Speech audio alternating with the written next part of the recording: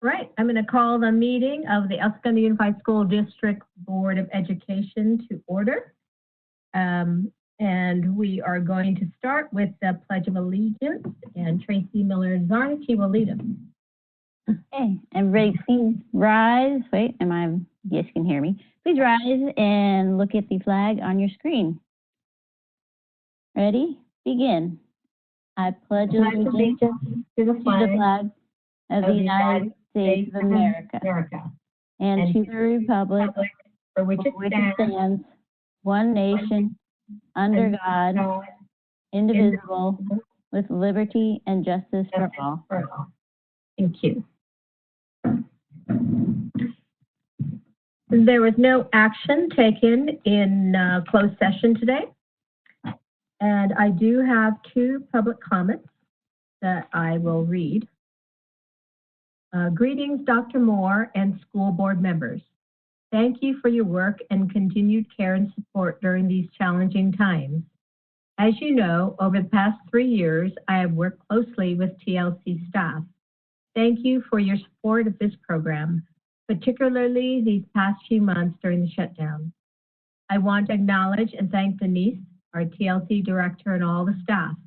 Looking forward to the time we can be back together safely.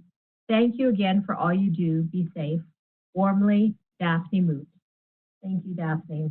Appreciate that. Next,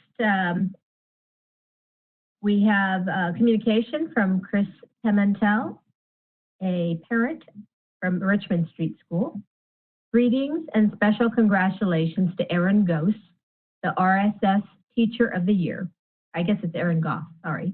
The RSS Teacher of the Year. We have known Erin since sharing a preschool space at Eagle's Nest and have had her as a marvelous teacher for our youngest. My comments are to urge the elementary system to move to some form of directed online instruction for elementary school children.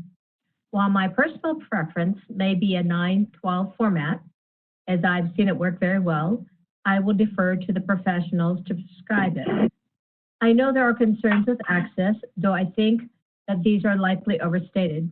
When it comes to things like later gator, early bird, we ask parents to adjust, and they do. I'm confident the school can solve for the access issue. What we have not yet solved for is young children with working parents. In our family, we have 3 approaches: a Google Sheet with a menu of links, printouts, etc., a cascade of daily messages, and directed online teaching. Only the latter works. The former 2 require parents to be available to guide the morning, which we cannot do. I implore you to provide a predictable schedule of daily instruction. I suspect that for it to be workable, all teachers will need to do it, or teachers with small children will be in an impossible bind. Our teachers are excellent. We just have trouble accessing them. Thank you for all you do, and we are happy to support as best we can. Chris Pimentel. All right, next we will move on to special presentation. I don't know if Ella, yes, Ella is here. So we'll hear from our student representative, Ella. Go ahead and give your report, Ella. All righty. I'd like to start out by honoring, can you all hear me? Okay. Just by acknowledging that the spring musical would come out this past weekend. Prior to the school closing, they put in a tremendous amount of work, and we're just so proud of them. So that would have occurred, unfortunately.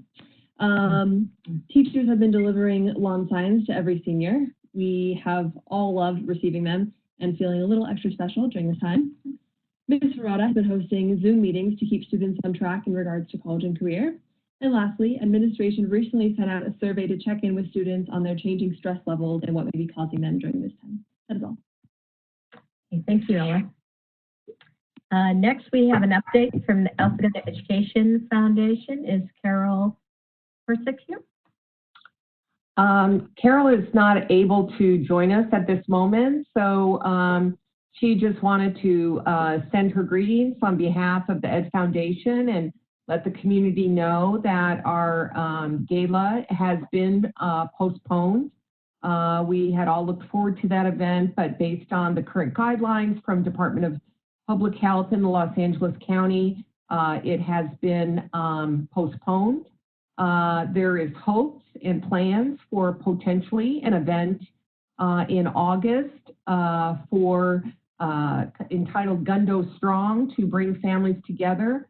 But once again, this is simply in the planning stages, and that this would be much less formal and be an opportunity for families to join together should guidelines allow us to do so. So Ed, thanks everyone for all that they're doing on behalf of the community at this time.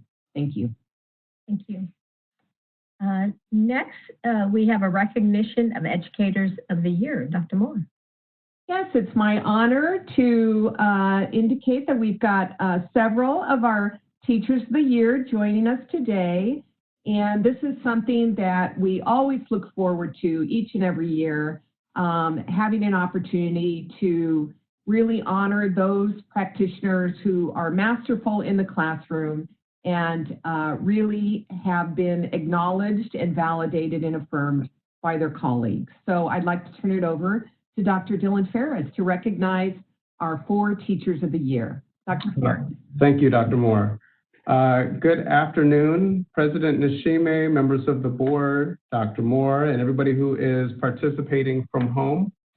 I'd like to first start off by just acknowledging all of our teachers and staff who have just really impressed us with their ability to pivot to this distance learning model. We could not be more impressed with their professionalism, their flexibility, their willingness to adjust.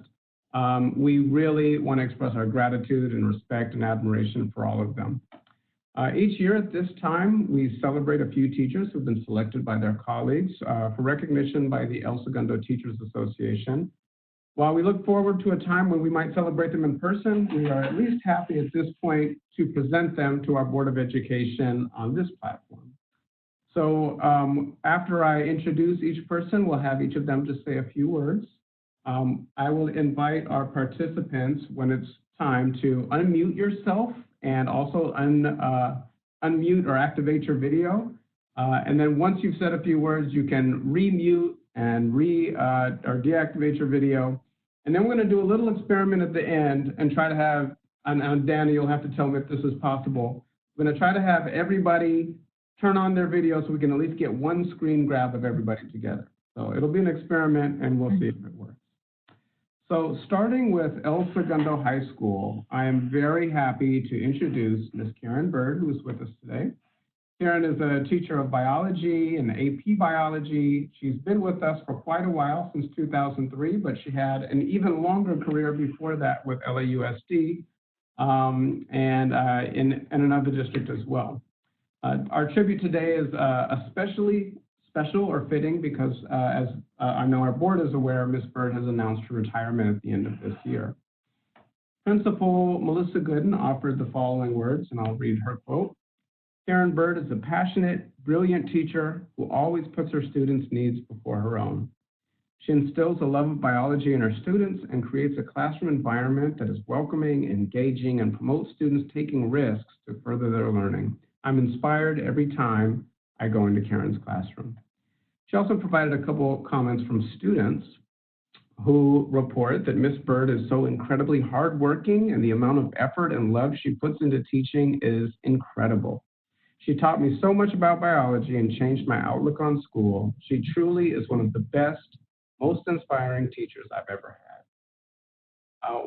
One other student wrote, Ms. Bird is a phenomenal teacher. She cares for her students deeply and genuinely wants us to succeed. With her humor and true honesty, there's never a dull moment in her classroom. And so with that, I would like to congratulate Ms. Bird and then invite her to say a few words. So if you would unmute yourself and activate your video, we'll hear from you now. All right, so in the effort to be spontaneous, I have no idea if I'm being videoed yet. You're Yeah. good. You're good. I'm good. Oh, really? I thought my video was off. Okay. Well, good afternoon, and thank you for this amazing offer. I definitely could not be who I am without the phenomenal students that I've gotten to work with over the years. These students have listened to the ideas of the growth mindset, and they have trusted me in the process to make the program work for them. I'm also grateful to have worked with a supportive and motivating staff at the high school. They have kept the profession fresh through collaboration and openness to new ideas. And I also appreciate working for the school district that provides the freedom and the flexibility to experiment with these new ideas.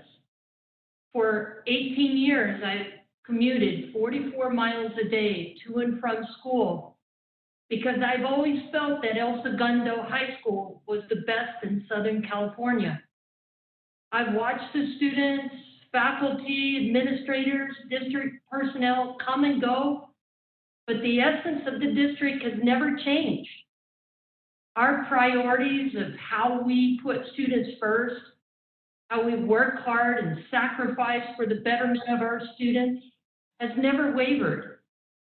The respect and professional treatment of each other has always been strong. And most importantly, the district feels like a family, which in times of need, we have been there to help each other. And that I'm grateful. Thank you for this time. All right, thank you, Karen. And I know you have a hard out, but if you're able to stick around with us, we'll have you join us for one snapshot at the end of the presentation. We are going to pivot now to Center Street Elementary School. As all of you know, El Segundo Unified School District is very fortunate to feature a PE program at the elementary level that is taught by physical education credentialed teachers. And this is a unique situation for a school district. Every school district doesn't have this benefit. And we are very happy to recognize one of our PE teachers this year. This year's Educator of the Year for Center Street School is Mr. Tyler Murray, PE teacher extraordinaire. Teaching since 2013 with the school district, he is a legacy teacher, comes from a long line of El Segundo folks, and his principal offers the following words. Ms. Monahan, or Dr. Monahan writes, Tyler Murray is a truly gifted educator. He creates units and lessons aligned with the standards that are not only fun, but that build skills that students will use throughout their lives. He promotes a commitment to the health of each Center Street student by instilling an understanding of how nutrition and exercise impact athletic performance and overall well-being. Beyond being the best elementary PE teacher I have been fortunate enough to work with, Mr. Murray contributes to the entire school community. The support of the American Heart Association each year has increased awareness of heart disease among our families, while donations support medical research that impacts children and adults. His commitment to the social, emotional growth of his students has made him an integral member of our ruler team, and he also leads the CSS Safety Committee. Mr. Murray is a quiet force in building community amongst our staff. I can't think of a better recipient for the Educator of the Year award. And with that, I would like to invite Mr. Murray to say a few words.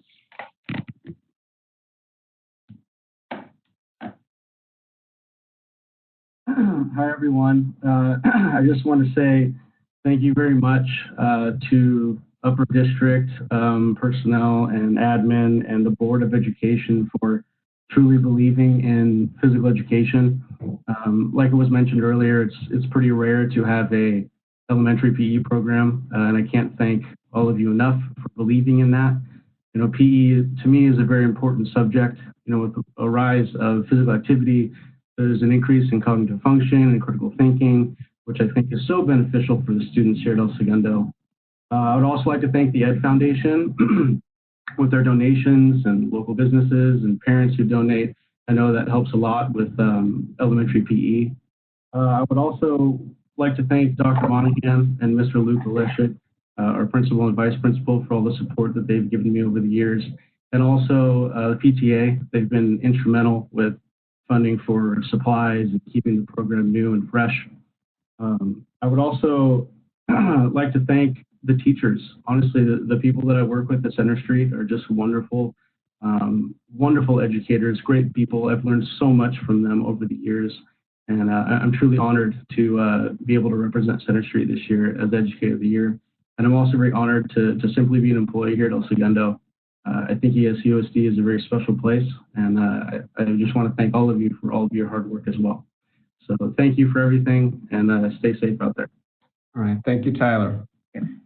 Okay, we are going to transition now to Richmond Street School, and this year's recipient of the Educator of the Year Award for Richmond Street School is first grade teacher Erin Goss. Ms. Goss's teaching with El Segundo Unified School District goes all the way back to 2004. She took a little time off to raise her family, and we were just ecstatic that we were able to grab her and bring her back in 2017, and she's been doing terrific work ever since. Dr. Alice Lee, her principal, says the following. Erin is an extremely thoughtful and heartfelt educator. She cares deeply for her students and the families she serves. Erin holds herself to a high standard when it comes to being a teacher. She has helped her colleagues throughout the past 2 years in implementing Reader's Workshop by opening up her classroom for others to observe her practice. She is selfless in her time as she always goes out of her way, even as a mother of triplets, to support her colleagues. Erin was also one of our teachers who took on implementing the ruler program with her students and class. Even during the year of staff training, Erin felt it necessary to also bring her students along in the journey of social emotional wellness and began the mood meter check-in with her students. We are so happy for Erin and her recognition of this award. She is very deserving, and we are proud of her. And with that, I'd like to congratulate Erin and invite you to say a few words. Hi. You guys got me listening to those other teachers and the comments from Dr. Lee, and my staff was able to honor me before we went on school closure. And so just listening to their remarks, this reminder has made me really emotional about this. So I'm sorry that I'm not more put together, but you know, with ruler, you kind of just have to embrace the emotions that you're feeling. So I want to express my heartfelt thanks to the teachers at my school, the administrators at my school, the district staff, administrators, the school board, the Ed Foundation, the PTA, the parents, and then my students as well. I truly believe that I'm the teacher that I am because of my students. They inspire me to do my job. And then my colleagues are amazing. And I think that we all lift each other up and we hear each other's ideas and collaborate, and then we run with that idea and make it better. So I'm just one of many amazing teachers at Richmond Street School and in the district. And I'm touched, I'm flattered, and I thank you. All right, thank you, Erin. Okay, we have one more to go here, and I thought I'd save this one. It says, last but definitely not least, I think when you hear this introduction, if you know this individual, you'll find it very fitting. So our Educator of the Year for El Segundo Middle School goes to Mr. Steve Lubes. I can attest that he is a staff and student favorite, teaching with us since before 2013. He's been at both the middle school and the high school teaching math. And here's what Principal Adam Wright shares about Steve. When you walk through the halls of the JM building at ESMS, it is easy to find Steve Lubes' class. His booming voice and noticeable giggle makes him one of the most noticeable people on the ESMS campus. When you're in his class, you see students who are deeply engaged because Mr. Lubes is not just teaching students math, but he's invested in his students' life and their learning. Mr. Lubes wears many hats at ESMS. He is a teacher, a web leader, and a subject area lead for the school. Everywhere Mr. Lubes goes, he has a smile on his face. He has taken on our transition to distance learning with the same vigor and excitement as he does with his in-person learning. He searches for the best online learning opportunities for his students and shares what he has found with his colleagues. As principal, I have never seen Mr. Lubes give less than 110% for his students. The ESMS community is lucky to have Mr. Lubes, and we are honored to have him represent us as an ESUSD Teacher of the Year. I found that to be very fitting and would love to have Mr. Lubes join us now for a few words.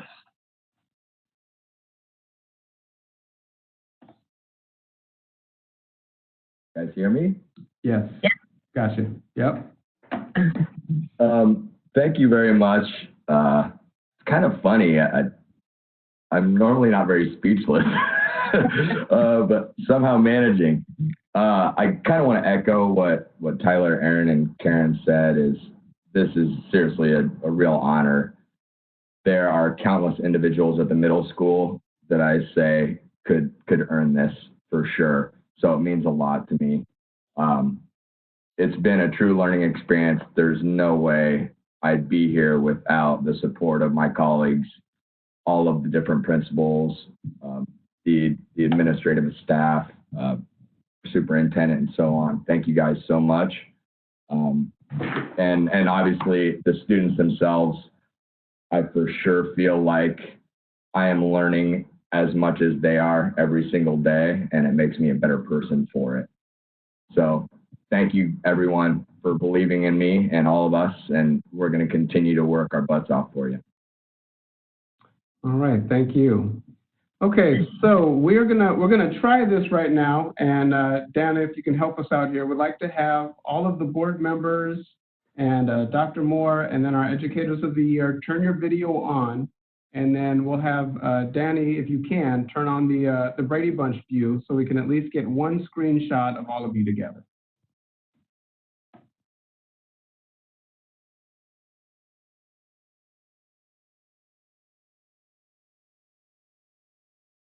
Okay, I'm good on my end. Let me get ready to take the video. Hold on, picture. So do I have everybody? Tyler, Karen, Steve, and Aaron. Hold on a second. Hold on.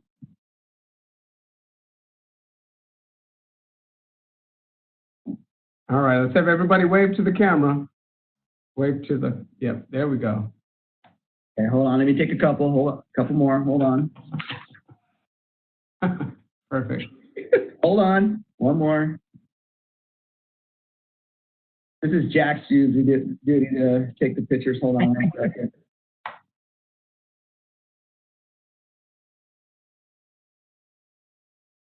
All right, thank you. Thank you, everybody. Thank you.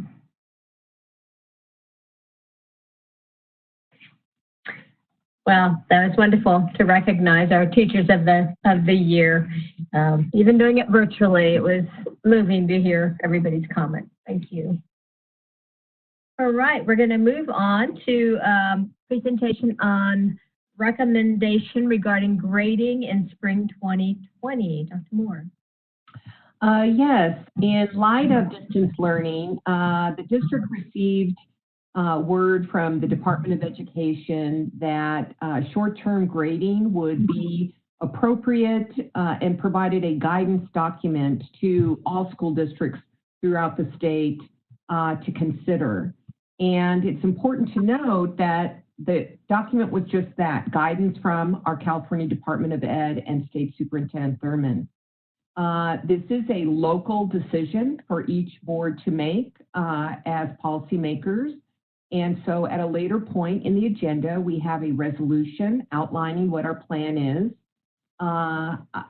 Assistant Superintendent Marisa Janicek took on this daunting task in this virtual world to pull together extensive committee to represent all of our schools and levels. And I am extremely pleased with the outcome because I do believe it reflects the practice and traditions that are going on in each and every school site, while also keeping in mind the students during this very unprecedented time.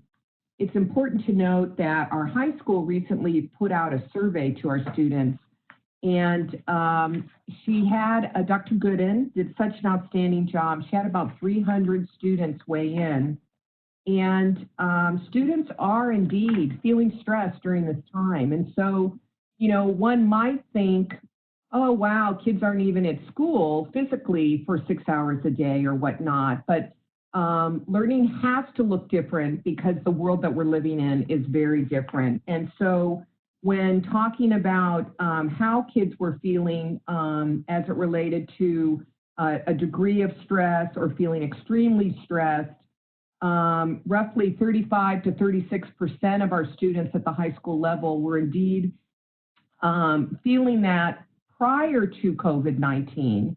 And then following and during this COVID-19 experience, we actually have 58% of our kids feeling some degree of stress or extreme stress. And the stress that they're feeling is not just related to the school, but it's the school as well as situations outside of school. So we are very aware that in each household, there are challenges that are taking place. And so this grading, I really wanted to frame for the board that it's really to keep all of these various moving parts during this pandemic crisis in mind. So I'd like to turn it over to Marisa Janicek to share with you the work of the committee and recommendation.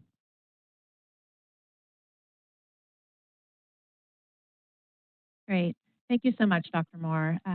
I echo everything you just shared, and I might repeat some of it. As you are aware, we are tasked with a spring grading resolution, which is on the school board agenda today as an action item. I would like to share with you a brief background on how the recommendation was designed and what it means for our students moving forward. However, while brief, I want you to know this was a very thoughtful process that took a lot of time and conversations and researching what students and parents and teachers were feeling. Next slide, please. So from the beginning of distance learning in ESUSD, we have all been following the state guidance of providing highly engaging instruction and creating a non-punitive environment. Once we learned that we would be closed through the end of the school year, we wanted to create a grading practice that was fair and would not negatively impact students during the crisis. The direction provided by the California Department of Education, as Dr. Moore stated, was for each school district to create a plan in consultation with teachers to determine the grades can or will be determined to illustrate the student's learning and progression. Our timeline began once we knew it was a local decision, and as you can see, we have been working on a thoughtful recommendation with a teacher committee comprised of 11 teachers and a counselor, along with our administrators, high school leadership team, and parent and student input. Dr. Gooden sent out a survey to all of our high school parents, knowing that their students will have the highest stakes based on our decision. We had over 560 responses in record time from those parents. We also had a student survey, as Dr. Moore shared, and as of today, we have had 640 responses. While at the K-8 level, we gathered input from the school site council members, teachers, and PTA presidents, knowing they have been hearing from a lot of parents and are aware of our school programs and process. We had a total of 15 responses from parents and 98 teacher responses to K-8. Next slide, please.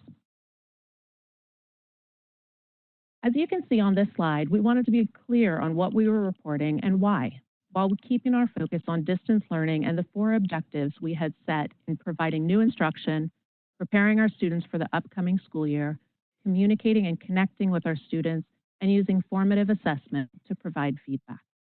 We really wanted to do what was right by students so that they could continue to learn and grow, but not have negative consequences. Next slide. The final recommendation we came to is as follows. For our TK through 5th grade students, we will report on the essential standards in math and English language arts as either ready, approaching, or unable to assess, which is the same language we're using in the graduate profile, so it's nice that those lined up so well. There will also be a short narrative provided sharing with parents and students what their student is excelling in and what they can continue to do to work on over the summer. It's important to note that we will be reassessing in the fall. We are already having conversations on how to make sure we don't lose any gaps and we are able to start learning from the moment we return in whatever capacity that may be, and work together to make sure all students are progressing and know their essential standards. At the middle school, grades will continue to be assigned based on the middle year's program rubric and traditional grades A through F as it was before.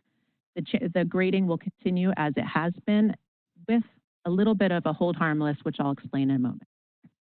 At the high school, grades will be assigned for an A or a B, or a student will receive credit for a C, D, or no credit for an F. This was determined by the high school leadership team and brought to the K-8 committee, and it was really wonderful to hear all the conversations that took place to make this decision with higher education, looking at where our students are and seeing what would be best for their outcome leaving this semester.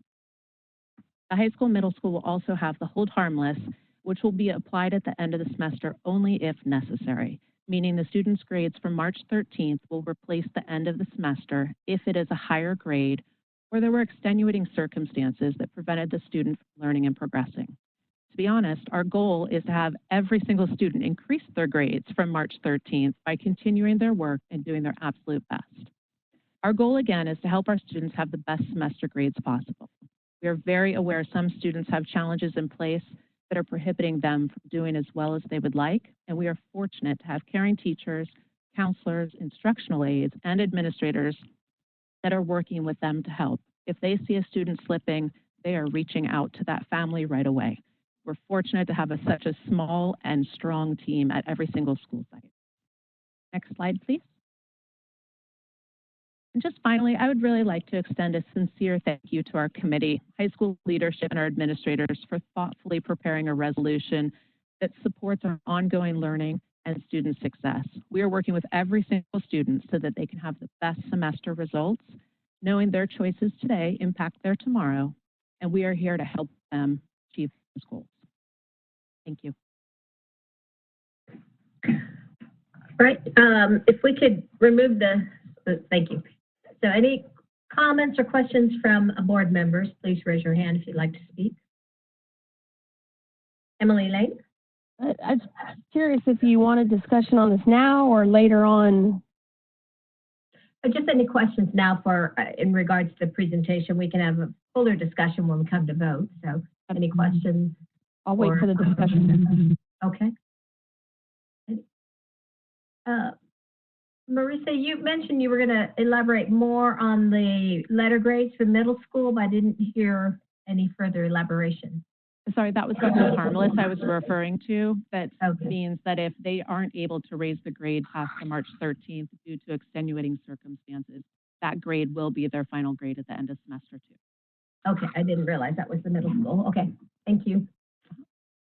Any other questions for Marissa Janishek? I'll wait till later if we're going to revisit this in action. All right, then we will take action on this later and we can have further discussion. So let's move on to, thank you, Marissa. Let's move on to the presentation on technology and digital learning AMPed. Dr. Moore. Yes, we're very excited to share with you several of the successes as it relates to our rollout of technology and the implementation of our AMPed program. We were pleased to be able to host a number of board members to an AMPed visitation prior to school closure. It was very exciting to see the students really engaged and being involved. So at this time, I'd like to turn it over to Dr. Plotkin and Danny Gowna to start us off. All right. Thank you, Dr. Moore, President Yoshime, members of the board, and Ella. We're pleased to present this to you this afternoon. We had to shift a little bit what we were presenting because 5 months ago we planned to be here in about 5 hours talking to you mostly about AMPed and looking at our test data, and so we've been able to shift. But I'll tell you why that's, I think, a good thing is because the whole situation that we're in right now has really highlighted the fact that the work that we've done promoting educational technology, providing the professional development, that really let us hit the ground running. That we have used educational technology as this tool, as a means to really provide meaningful learning experiences, to transform what we're doing, as possible with technology. We've seen that come through and be illustrated. So next slide. This is our team. We'll all be talking to you for just a little bit. Next slide. And these are our main topics. And Mr. Gowna is going to start us off on technology infrastructure. We're going to close with AMPed learning. Next slide. And before I hand it over to you, Mr. Gauna, I just wanted to stress the point that the work that his team has done over these past 10 years really facilitated what we have going on now. So I'll let him take it from here. Thank you, Dr. Plotkin. Good afternoon. I'm happy to be here to discuss our technology updates when it relates to supporting all of our students, all of our teachers, for our innovative solutions, our district initiatives. We've done an incredible job with moving forward with upgrading our technology, keeping up with our network infrastructure, and also securing our schools. Next, our slide here is on technology by the numbers. As you can see, the IT team is supporting all types of technology for our school district. They are supporting devices and equipment in the classrooms, out of the classrooms. They're supporting our network infrastructure for our network. They're also supporting our security when it comes to security cameras, switches. So again, the IT team is overseeing all the network. Our teachers can leverage these technologies for mobility, collaboration, engagement in and out of the classroom. Our goal is to transform learning for creating flexible learning environment for all of our teachers and all of our students. Completed projects. So here are some of the projects that we achieved so far. Teacher stations, teacher laptops. With the passing of Measure ES, we were able to purchase new laptops before the school year, which has been a blessing for all of us with this new distance model. And I like to mention that besides getting teacher laptops, we also packaged the Microsoft Office 365 and also the Adobe Creative Cloud Suite, which teachers could use like Adobe Pro, Photoshop, Illustrator. So again, it's not just the laptops, we were able to package applications for them too. Our completed projects when it comes to our infrastructure, we have a new Wi-Fi network, new security cameras, and also switches. Again, I'm a true believer that infrastructure is the most important technology, not just in the IT world, but also for our solution, our innovative and our personalized learning initiatives for our school district. We want to make sure our students, our staff have that reliable network and also a safe environment. We believe that Cisco Meraki is a great solution for us. As you can see on the slide, the dashboard, we're able to configure, manage, troubleshoot the entire network from anywhere with this new solution. So again, we are happy to choose Cisco Meraki for our new infrastructure. In our new distance learning model, the cameras are keeping our facilities secure and safe. Here's one example of a security view from the high school using our Meraki solution, and cameras by the numbers, by the locations. We installed at the El Segundo Unified High School 102 cameras, El Segundo Middle School 61 cameras, Richmond Street Elementary 43 cameras, Center Street 54 cameras, and here at the district office, which also covers the arena and also preschool, we installed 32 cameras. With the teamwork and with the help of the principals, we were able to place cameras at areas that needed the coverage for security and safe. They know their facilities much better than we do, and I like to thank the principals for helping us out. Our current projects, here are the ongoing projects that we got going on, hoping to complete by the end of summer. Completing the classrooms with the audio and video for all the classrooms for all sites, completing the audio and video for our boardroom, and also replacing our existing mobile device management solution with a newer one for us to expand our iPad initiative. And once again, I'd like to say thank you, stay healthy and stay safe, and now I'll pass it on to Dr. Plotkin. Yes. Thank you, Mr. Gauna. I wanted to, just reiterate that all that technology that's in place, the laptops this year, teachers took those, all the Chromebooks that we have, that the school was throwing a bunch of those out, so that learning began using technology on day one, where several other districts, took days and in some cases weeks.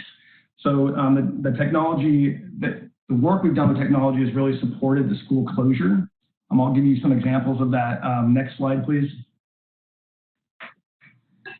our approach was really to first check in with kids, make sure all kids are okay, families are okay with social emotional learning.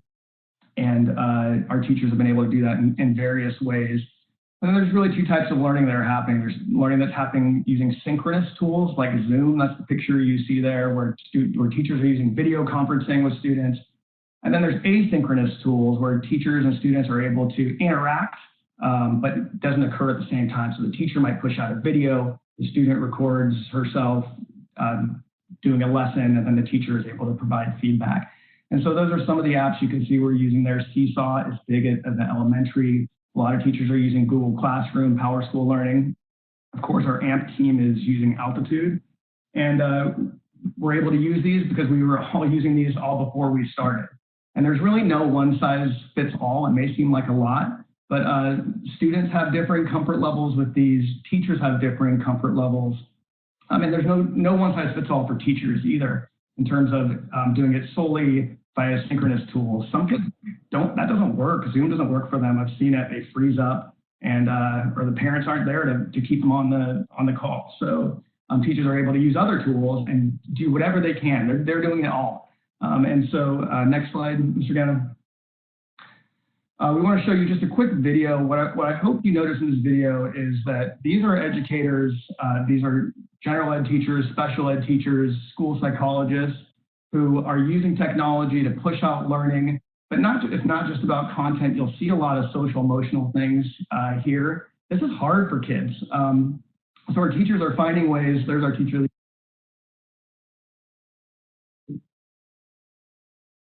Making sure the learning keeps happening, doing silly things like dressing up in costumes, as you've seen, but you'll see it here in this about 2 minutes.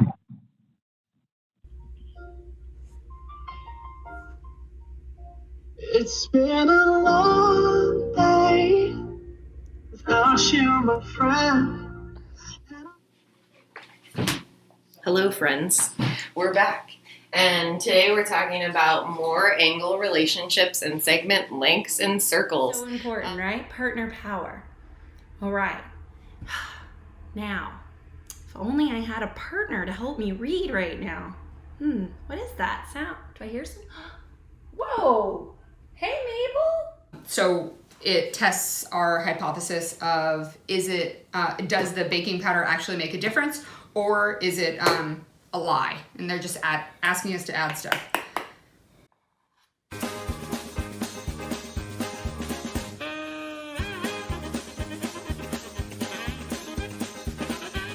Miss you guys. Hope you are all safe and well. And I'll tell you all about it when I see you again. So if you say stop, then say it stop. Speed. Once I am done with my schoolwork, I can play. This makes me very happy.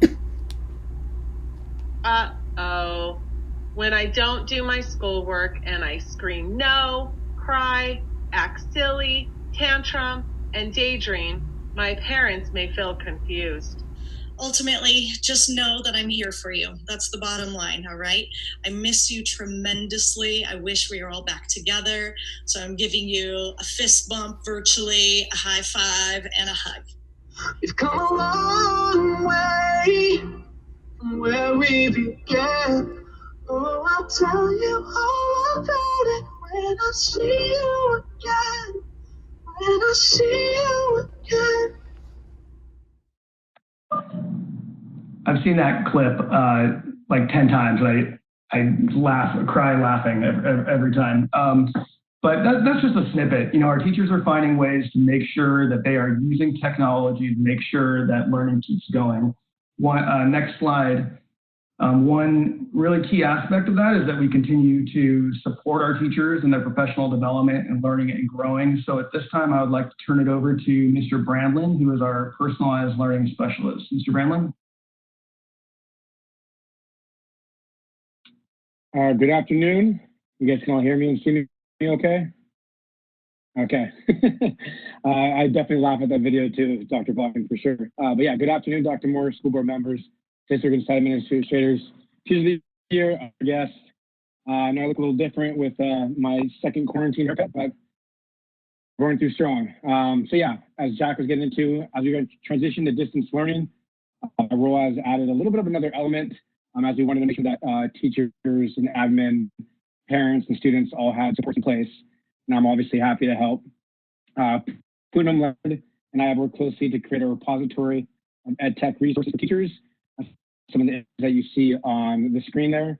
We're designing ed tech sessions for teachers, and we do these sessions twice a week. And then we also work one-on-one with teachers virtually. Next slide. So as the personalized learning specialist, I work closely with 11 teachers throughout the district to develop student-centered learning opportunities through our AMP group. I also teach 2 classes of 8th grade individual societies. So I'm able to experience firsthand transition to student-centered learning. And I get to actually experience what the teachers are making more rewarding for how we see these changes taking place in our classrooms. Through our partnership with Altitude, continue to collaborate and develop PD with them to support our teachers and utilizing the platform. All of us continue to grow in key areas related to student-centered learning, which I'll discuss in the upcoming slides. Next slide. Here's just a quick reminder of what AMP stands for. AMP embraces the key motivators for learner motivation, opportunity for autonomy, mastery, and purpose. Our goal is to shift the traditional model of teacher-centered lessons to more student-centered learning with a focus on rich, authentic learning tasks. Next slide. And then these are the key focus areas of our AMP group. I would support building the authentic learning task, targeted instruction to hit the strengths of each student, ensure mastery learning, allowing for flexible pacing, multiple paths, and facilitating student ownership and reflection. We're very fortunate to have our profile story feature in Catalyst newsletter. You can see the image on the right. It illustrates how we are achieving this for our group. I also actually just completed a presentation with several of our AMP teachers as part of the New Way Forward Summit with Kim Stern, Jake Buterbaugh, and Carly Finkel. We're very, very happy to share our successes in this area. Next slide. So here's a quote from Jake Buterbaugh, one of our AMP teachers. All right, take a minute just to go ahead and read it.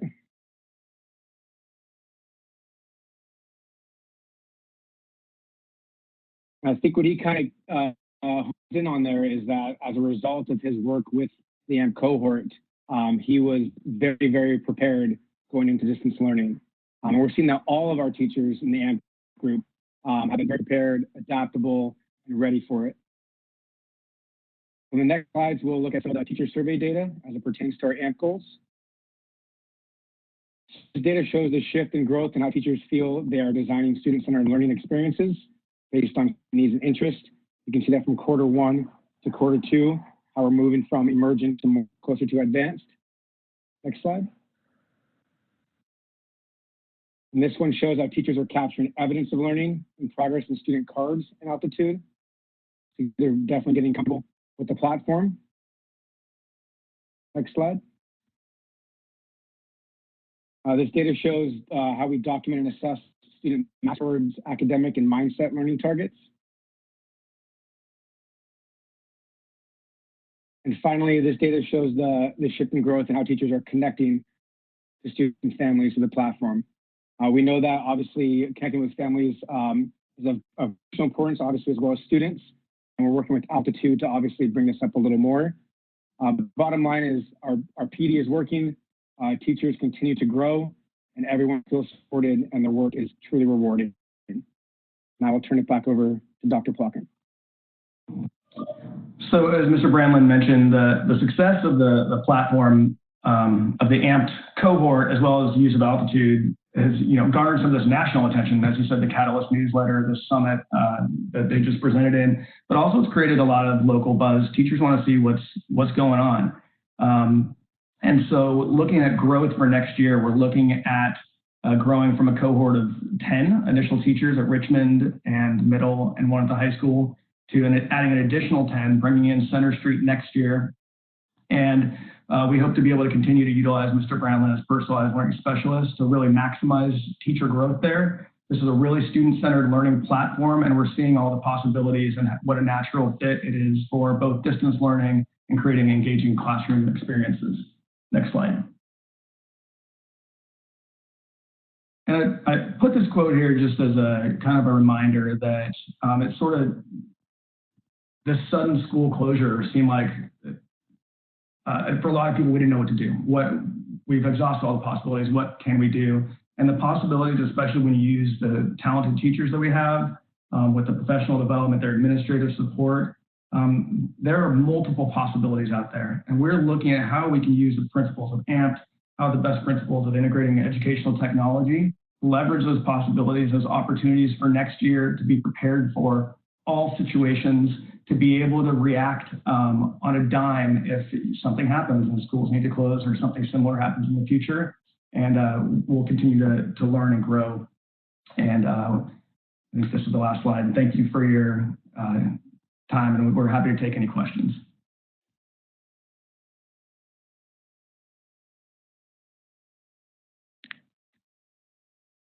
I'll say something if I can. I just want to say thank you to you guys for everything you do in this way. I am amazed watching my 7th grader and my 12th grader just slip right into distance learning because they had that comfort level and they had the support. And I think the few times that they've had a glitch or something, they go back and they think about it, oh no, I know how to do this, or they know they can ask for support.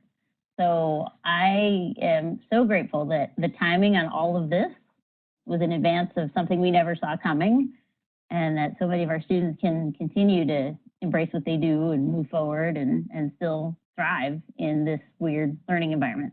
So thank you. It's really great work and so important. Thank you. Looks like Board Member Cobb. Thank you. I just wanted to say too, as we're hearing input from lots of parents and individuals all over the country about what's going on with this transition, I think what you've shown us has just really made it clear that we were able to do it better. I know that some districts have decided no grades at all going forward, but we have real learning going on, and all of our teachers had quite a bit of experience prior to this emergency. So I want to thank you for bringing out some of the things that are going on now. Thank you.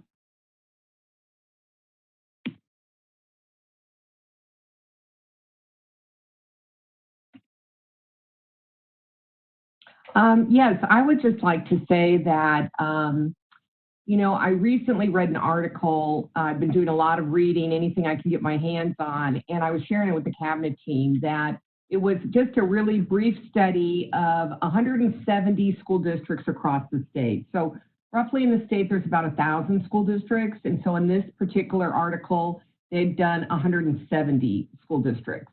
And of these 170, El Segundo was not named in this, but only 4 out of 170 started distance learning on day 1. 4 out of 170. This is in California. There were school districts in our state and even locally that didn't even start distance learning until well after April 10th. And that is several weeks that no learning is going on. So I truly believe our steps towards innovation, our membership in the League of Innovative Schools, our collaborative relationship with El Segundo Teachers Association, and the talented teachers and educators we have on our team have allowed us to be prepped and ready for this crisis to really turn on a dime and be nimble. Is it perfect? By no means. We are committed to the cycle of improvement. We're going to get there a day at a time. We're going to continue to improve. We do appreciate and welcome all the feedback that we're getting. Just know we are all doing the best we can. And I really, once again, want to congratulate the team who've been involved, from Danny and his technology team to getting these devices out there, to the leadership of Marisa Janicek, Jack Plotkin, our site administrators, and certainly our coaches. Both Poonam and Sean have done a fabulous job really supporting our teachers who are the boots on the ground, making it happen for kids every day. So congratulations. Very, very proud. Jeannie, you're muted, just so you know when you're calling on us. But again, kudos to where our district is in so many ways. You know, my sister has a middle schooler and a high schooler out in Murrieta, and they were one of those districts. Not until they came back after spring break. I mean, they didn't hear a word from their district March all the way through April. Mm-hmm. And then it was just kind of sprung on them, okay, now go. And people didn't know how to log on and find things. And it was really rough for my two nieces. And I don't want to be the downer here, but I do. It's still, we have a ways to go. Mm-hmm. You know, I want to make sure parents understand that we're not just here celebrating how wonderful we are. Having two of my own kids in the district, there's still some challenges, you know, when Power School goes down or when there are issues, not to make light of COVID, but I really think as hard as this is, if internet and things went down, that's a whole different challenge than social distancing. And that scares me.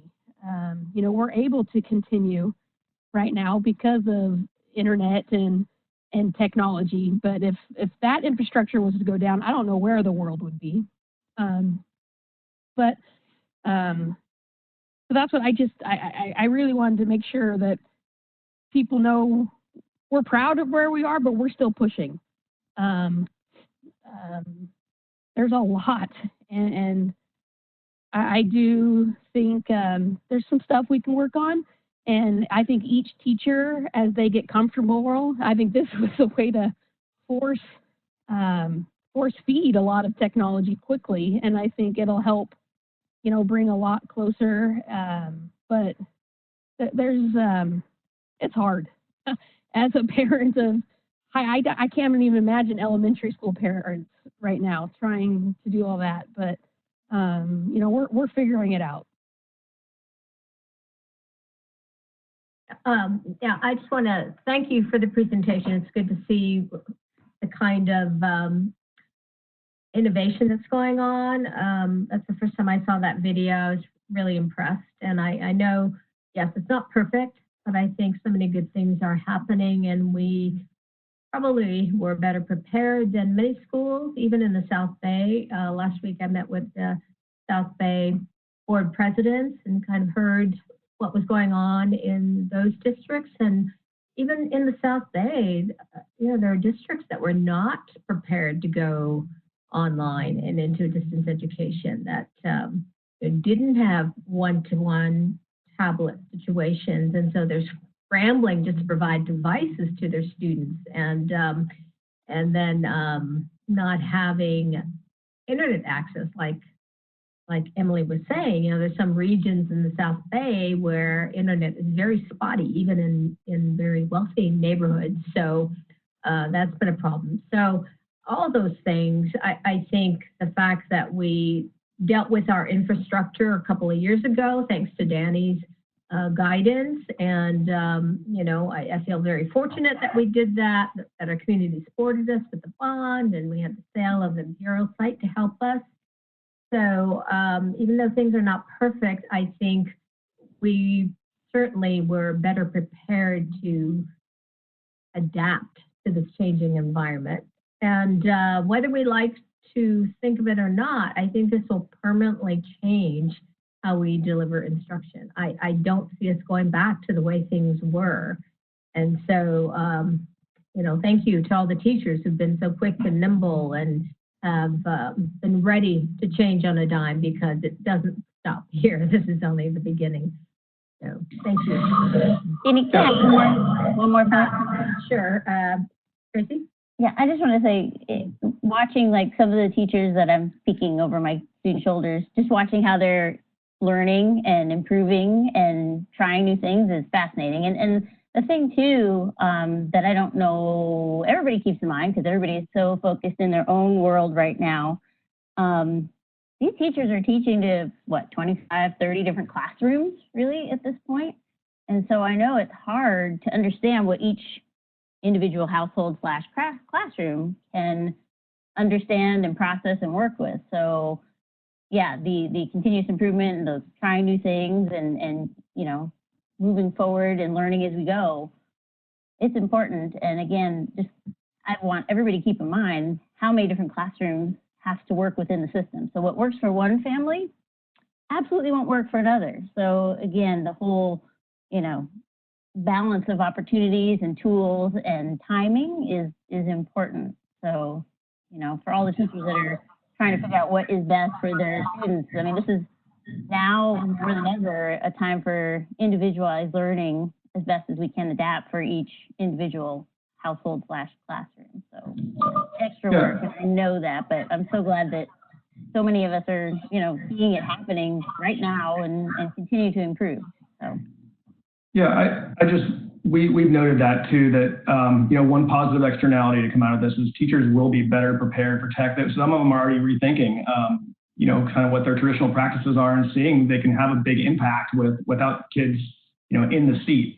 So we're looking at that. I also did want to mention that we are listening and learning. So the site administrators are checking in with parents. We're seeing what works. We're seeing what's not working. Obviously, our response, you know, had to happen quickly. It would have looked different if we had something from the governor that said, in 4 months, you guys are going to shut down, and then we'd be able to plan something look a little more uniform. But we're listening, we're learning, we're going to be prepared in the fall, and it might look a little cleaner there too. But I hear what you're saying, Board Member Lane, that there's still work to be done. We recognize that as well. We just also want to acknowledge the outstanding work that's already happening. I just wanted to mention, Board President Dr. Nishime, that it's important to note that the additional 10, the next cohort that would like to come on board, are all volunteers. So these are teachers that are saying, I'm in, sign me up, I'm in for this. And, you know, between now and the end of the year, if others are interested, please let us know. You know, we want to be supporting anyone who has that interest to take that risk and take that next step in this area. Great. Yes, Emily Lane. I want to clarify, and I don't want to misspeak. So, you know, AMPT is a program at the middle school we have going, which, you know, takes technology and methodology and kind of mixes, but any teacher not within that still has tech coaches and those I can't think of the ability to help with the iPad learning and apps and things, correct? I'll let Jack answer that. Just to clarify where the AMP is first and then what other supports are in place. Yeah, I think you're saying if a teacher let's say at the high school needs help using an app or using an iPad, is that what you're asking? Or even a middle school teacher, you know, yeah. You know, we have a handful that are in the AMP program, but every student has an iPad. Right. So teachers support one another. They still are reaching out to Mr. Brandlin, but his primary focus is really these teachers in AMP.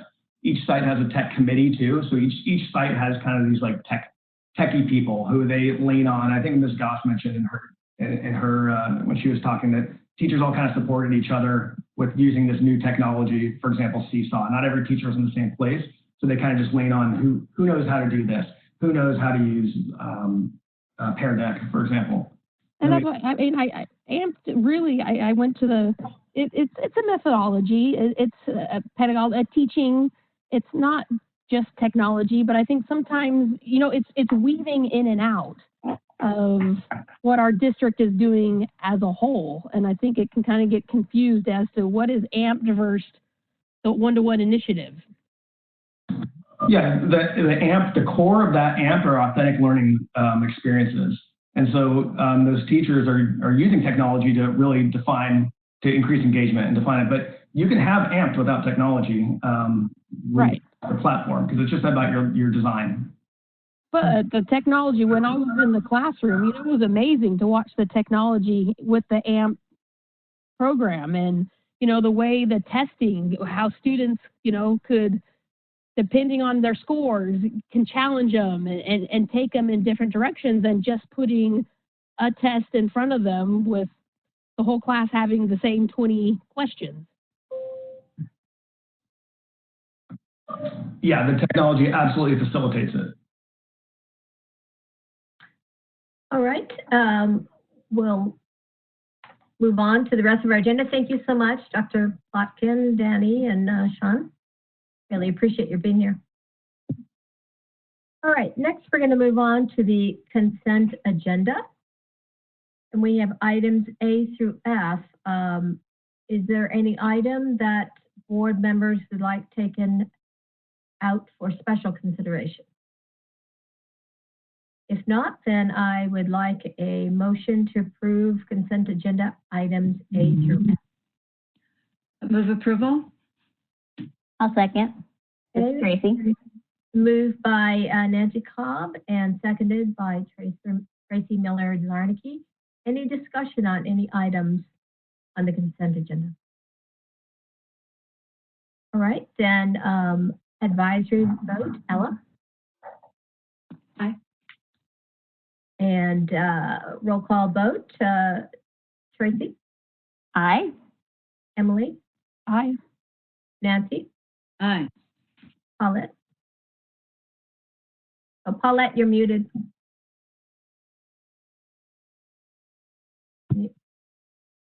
Aye. Thank you, Paulette. And I can hear me. That's 5-0 to approve the consent agenda. We'll move on to action items, acceptance of gifts. Emily Lane. Yeah, in accordance with board policy number 3290, the board may accept gifts as long as there's no conflict with education code or other public laws. We have an anonymous donor with a gift of $1,461.60 to the El Segundo High School class of 2020 yard signs. Seeing no conflict, I move approval. I'll second approval. Okay, moved by Emily Lane, seconded by Tracy Miller-Zarnicki. And advisory vote, Ella? Aye. And Tracy? Aye. Emily? Aye. Paulette? Aye. Nancy? Aye. And I vote aye. That's 5-0 to accept gifts. Item B is approval of resolution 14/2019-20. Dr. Moore. Yes, this item is necessary, and it's the first step in moving forward to sell Series B. This would allow the district to sell $33 million worth of bonds. We have been in close contact with our financial advisor, Tim Carty, from Piper Sandler, and I know I provided the board a correspondence from him regarding the fact that although there is a lot of economic uncertainty, this is still an excellent market to take advantage of moving forward with this sale, and that we will still be able to yield good bond rates for our community. This was a rather lengthy document with no real clear therefore. So Emily, I'm not going to have you read anything, but if I could get a motion so that we can take action on this item. So moved. Okay, it's been moved by Paulette Caudell and seconded by Nancy Cobb. Nancy, you are on mute. Okay, but Sorry. Seconded by Nancy Cobb. So now we'll have any discussion on item B regarding the resolution. No discussion. I think we know what we need to do. We've had several bond presentations, so this will move us forward in terms of our building project. All right, so advisory vote, Ella? Aye. Okay. Tracy, your vote? Aye. Emily? Aye. Paulette? Aye. Nancy? Aye. I vote aye. So that is a 5-0 to vote for approval of the resolution. Next, we have a resolution 2019-20 regarding grading in spring 2020. We've had the presentation on this item. So I'll entertain a motion. Okay, it's been moved by Tracy Miller-Zarnicki, and I saw Nancy Cobb raise her hand, so seconded by Nancy Cobb. Now we'll have some discussion on this, but before I vote on it, Emily, I would like you to read the resolution, because I think it's important that we read the now therefore, and then the items that we'll be acting on. If you could. So you want the now therefore and the 1, 2, 3, and 4? Yes, if you could. I think this is important that everybody hears what we're voting on. All right, everyone, hang tight. Okay. Now therefore be it resolved that during this time of school closure and until further notice, 1, teachers shall continue to provide instruction, assignments, and assessments using distance learning tools. 2, in recognition of the ongoing public health emergency within the district due to the coronavirus COVID-19 pandemic, the board hereby modifies the grading policy of the district and sets forth in Board Policy 5121 and Administrative Regulation 5121 as follows. Students shall be held harmless for shutdown from March 13th, 2020 through the end of the 2019-20 regular school year and will not be given a grade lower than the grade the student had earned as of March 13th, 2020. However, students can increase their final grades based upon their continued completion of work. For work completed during the school closure, the following scales will be used. Transitional kindergarten through 5th grade, essential standards will be reported for English language arts and mathematics as one of the following: ready, approaching, or unable to assess. 6th through 8th grades, traditional letter grades, MYP rubric scored. 9 through 12 grades A, B, or credit C, D, no credit F. Number 3, should any portion of this resolution be held invalid, the invalidity shall not affect the other provisions or applications of the resolution which can be given effect without the invalid provision or application, and to this end, the provisions of this resolution are declared to be severable. 4, the resolution is an emergency measure within the mandate and jurisdiction of the board and is necessary for the immediate welfare of the schools and pupils thereof. Therefore, the resolution shall become effective immediately upon its adoption and shall remain in effect until repealed by formal board action. Right. So sounds like our lawyers have gotten a look at this. Yeah. Our lawyers prepared it, yes.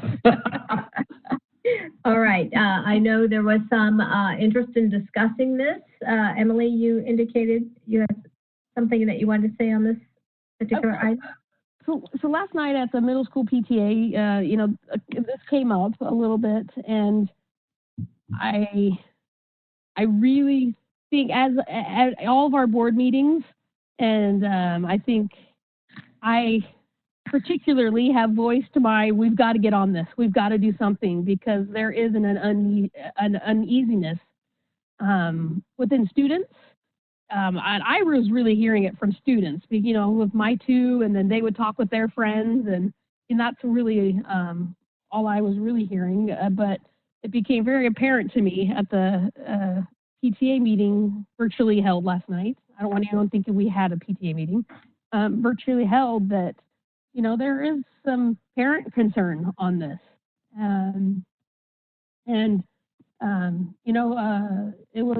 This was kind of presented as this would be coming before the board. And, and I spoke to it a little bit that, our district, again, I think, and talking with my sister out in Murrieta again, I have a brother in Utah with 2 kids.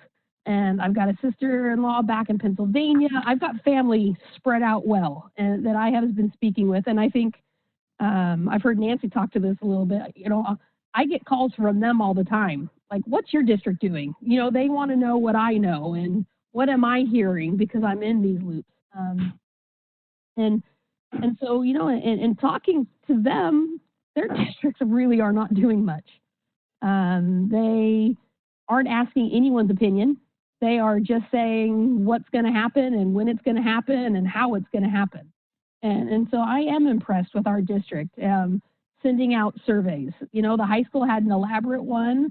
The middle school had another survey, which I misspoke a little last night. I kind of assumed, I don't have a middle schooler anymore, that it kind of went out to everyone like high schools, but I since learned that it was a more select group. But it did hit some parents. It did, and I want to make sure that that is understood. That it might not have been as broad as the high school, but it did hit some parents of middle schoolers. And I think there is some confusion. You know, as we were surveying and asking, it's the people were thinking this was like how we were going to grade. Like the actual testing and grading, what teachers do. And that is a teacher's responsibility. It is their purview. It is theirs. We are just setting a policy of pass, no pass. You know, a lot of districts are doing just a pass and fail. They aren't doing letter grades. And so on a board level, and what we were asking of our community was how we wanted the overall policy to look.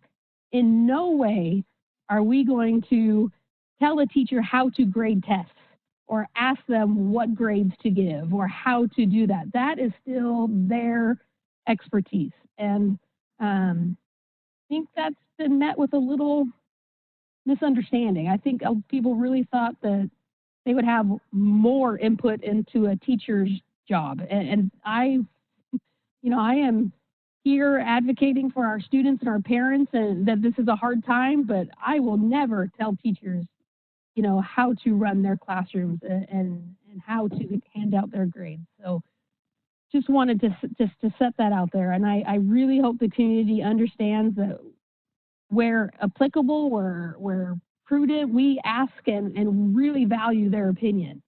But there are some things that are educators and they are the educators for a reason. Okay, thank you. And Tracy? Yes. I appreciate all the thoughtfulness that went into this because first and foremost, I've always worried about our students' social, emotional, mental health during all of this uncertainty and challenge. And I know we're reaching out and connecting with students and making sure we understand individual household challenges or concerns or stressors so that we take that into account, which again is why the whole going back to before this all started is the grade we are looking at as what we know you can do, and we hope you can improve it, and we'll give you that space to improve it. The one tiny thing that I would love to talk about here and hope I can feel a little more comforted in is that I don't want to see anybody say, great, I had an A on March 13th, I'm out. I'm done for the school year. I love the language in part 2 that says students can increase their final grades based upon the continued completion of work.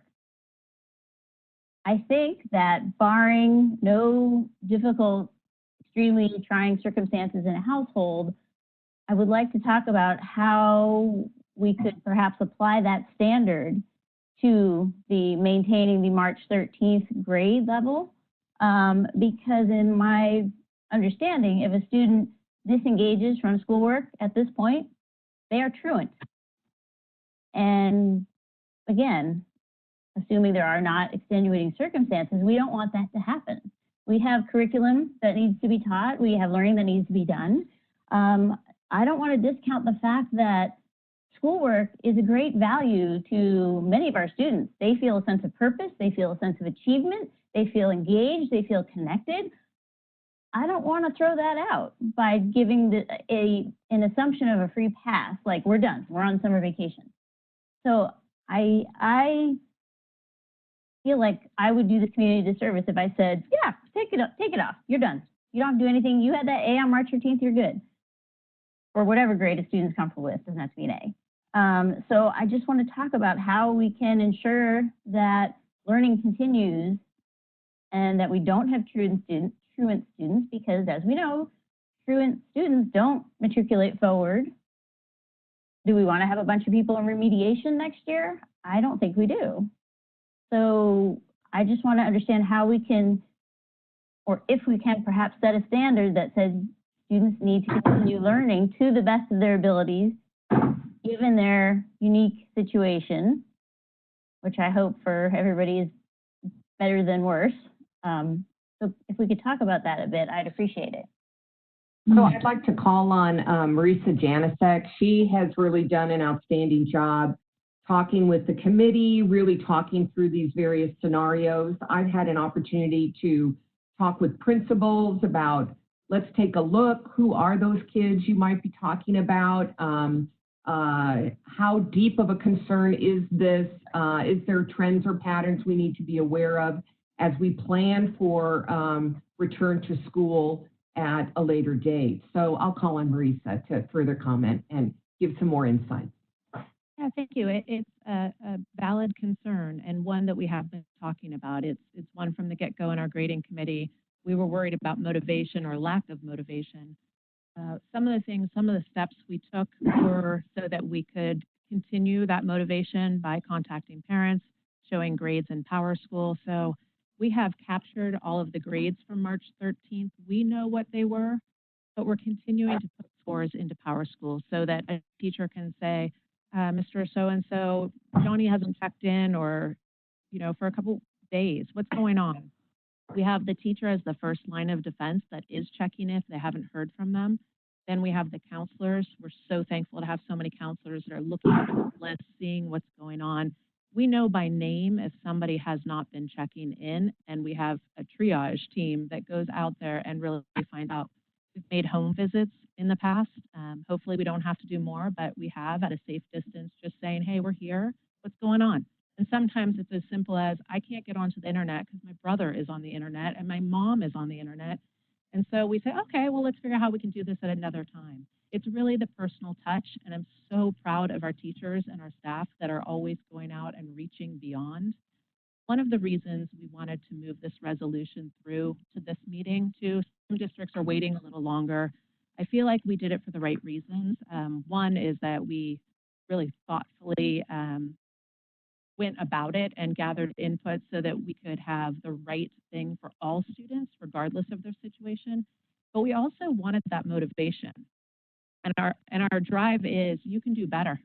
This is not the end of school. You still have time. Let's get a better grade. If you had an A, let's get an A+. This should be a very motivational time for kids to do the absolute best they ever had. The ones that aren't logging in or were having trouble sometimes, some of the ones that we already were having a little bit of trouble with connecting. And, there are a lot of different reasons. I have not heard teachers saying they're taking a hall pass. I have not heard principals say they're just not trying. I do think this grading will give them a little motivation to do even more than they have been doing, because maybe they haven't been doing as much as they should be. But I think this will be a way for them to take the stress off, but also know that all of their hard work is really going to show in their grades at the end of the semester. Does that help? I will say it does, because I know there are many of our students who are just self-motivated, but I still feel like, if I could use an analogy of some sort, like I feel like it's a great safety net that we put out under this tightrope of unexpected distance learning, but I want to make sure that the students don't just walk out of the arena altogether. So, it's again setting a standard that you must stay engaged to show you're still a student in order to have a grade, whatever that grade is. And we're sending, oh, thank you, sorry to cut you off. We are sending something out tomorrow, if this is approved, with the information. Our messaging is, you're still in school. we expect you to attend.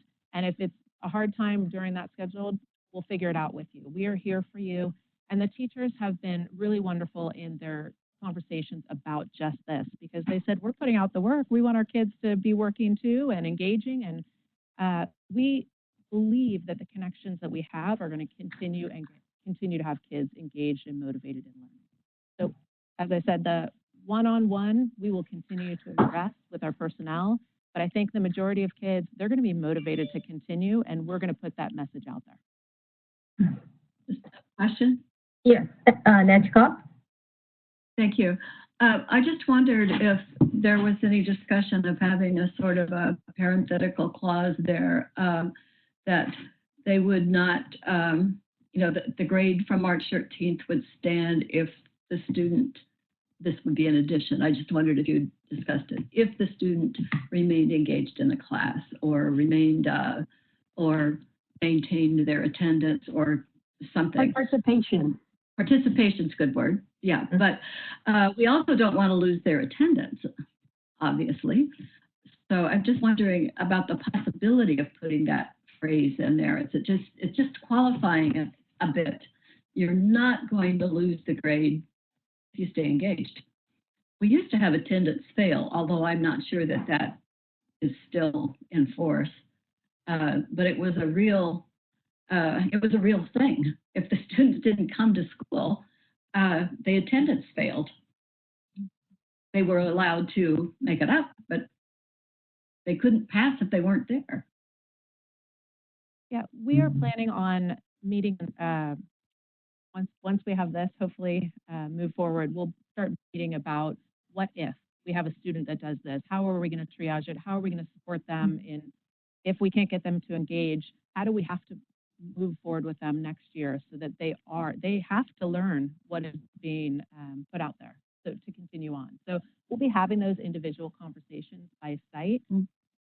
I truly believe that our kids are going to engage, and that I'm just wondering if Tracy feels like having something in addition, that March 13th is that grade.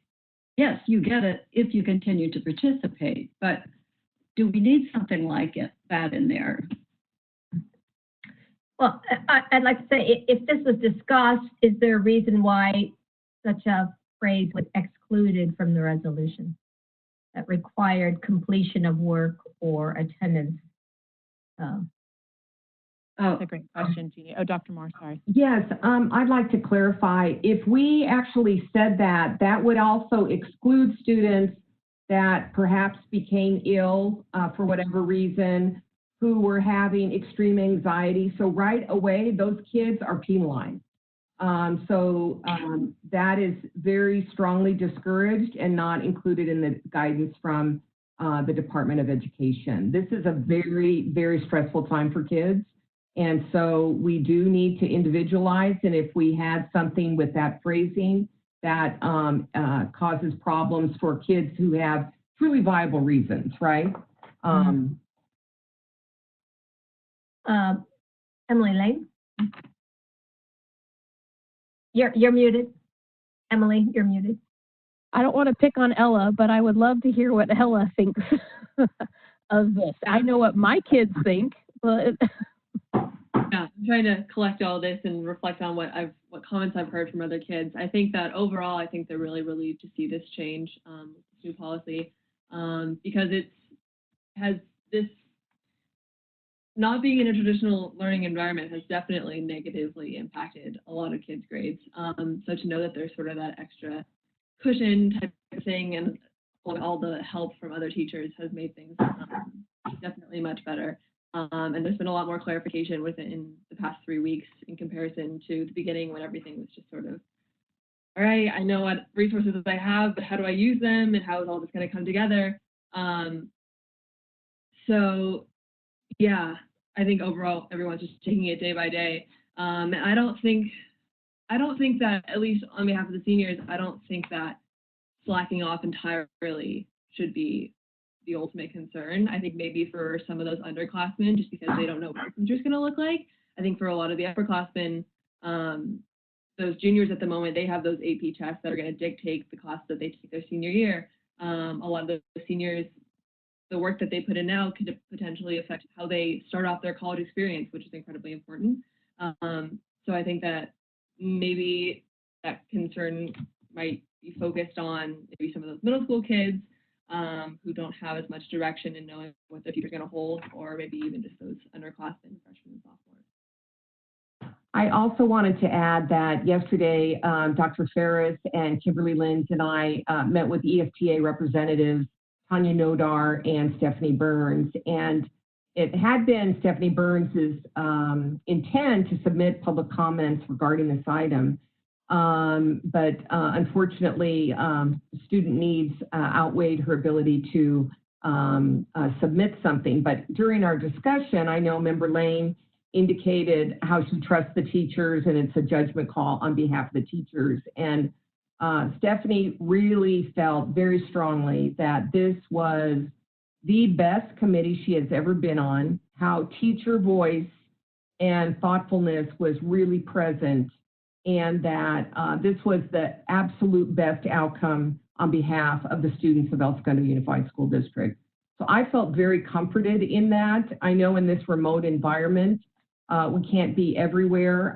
This was a task that I delegated to Ms. Janasek, and but it's a task that I was concerned about. But this is one where I trust her leadership. I trust the committee members to come up with their best recommendation as the practitioners in the classroom. I really feel that this is truly tailored to our local needs. And I know our team that we have multiple safety nets on behalf of students. And once the board takes action on this, that we will get to work right away with clearly identifying where are those students that are going to require more support, what are those supports, and now and in the future, because we don't want loss of learning for anyone as well. Yeah, Tracy? I just wanted to finalize saying thank you for all of your input, especially Ella. I mean, I know being a student, obviously you know this better than the rest of us, what the stress feels like. Yeah, I think my greater concern was really just, I don't want anybody to lose ground. I don't want anybody to, you know, lose their learning opportunity and their skill set, letting it slide for, you know, what could be, 5 months or so of, you know, if you stopped right now. So thank you, everybody. I totally respect the committees that came together on this. And I just want to know that, you know, we're doing the best we can to support our students from here and going forward. So thank you, everybody. Paulette, did you have any comments? I do. Am I not muted? No, you're good. You're good. Yeah, I was just thinking about that, Tracy. You know, it doesn't matter. There always are some students who are not going to live up to their potential, always. And each teacher has strategies that they approach that with. And then if that doesn't work, we have a backup teams. We have excellent counselors. We have excellent support all around. And that's been even when I was teaching. And, you know, that would not be front and foremost in my time. I think you're going to always have those kids, and you always need to be addressing them with best practices. That's just my feeling. Emily, did you have another comment? I did, but I saw Ella too. She's welcome to go first. Yeah. Go ahead, Emily. I think that the emphasis should be placed mostly on what type of support is needed for certain students and what they need to keep them going. I know specifically Mrs. Summers has been hosting Zoom sessions that are sort of less focused on the learning aspect. She does that separately, and more so on checking in with people's mindsets and where everyone's at, and just ensuring that everyone is maximizing just balancing their emotions and just making sure everyone is staying in check and doing all right. And I think that having those check-ins and those just simple human interactions, even if it's through a screen, have been extremely helpful. Mrs. Espinoza in our ASD meeting we've been having just conversations so that we can get the things off our chests, just figure out where we're at. I think that once you have a control over that, then is when you can start focusing on the school aspect. But obviously, everyone's mental state comes first. So I think that that's really important throughout all of this. Emily and then Nancy. That's a, I once, we have a direction, I'm not going to say how we're going to vote in a second, but I think, again, we really have to come out with a unified voice on this and communicate to our teachers that a direction. I think that the biggest stress is when you hear something like this and you think, but then you get a couple select teachers that still put out a different sort of message, meaning the same message, but it comes across very different. And, one challenge we're even having is, each teacher, whether they use Google Classroom or Altitude or go through PowerSchool, it's hard to find all the information. I think that's something, I know this was quickly put upon us and we're doing the best we can, but I think that's something we need to look towards, of having one spot to go see where all the homework is and class assignments. It's hard for me with my just two of checking and where are we going? Is it a teacher's own website versus, the Altitude, the Google Classroom? Just something to think about to make it easier for the navigation. Okay, Nancy Cobb? Thanks. We've been really focusing on those students that we think might get lost through the cracks because they don't continue to engage because that grade's no longer hanging over their heads. But, we also have a group of students who are actually doing much better with online learning. And I have 5 grandchildren and I have 5 different opinions of online learning. And the oldest granddaughter thinks this is great. Her grade point average is now 110%. Her brother, no, not so much. His grade point average has gone down over 10%. And we've had a discussion about it. Why is it? And it's still true that children have different learning styles. And the new learning style with all this online learning fits a lot of people. They're going to come out being very happy about having this opportunity to raise their grades after March 13th. And there are going to be other students that have had a really hard time just focusing during this time. And they will be happy to take that March 13th grade because it's just hard for them to stay on track with this. So I think we are going to have a lot of individual students who have different experiences, and that we're going to have to really count on the process that we've gone through and the process that's in place to help those students who are falling behind.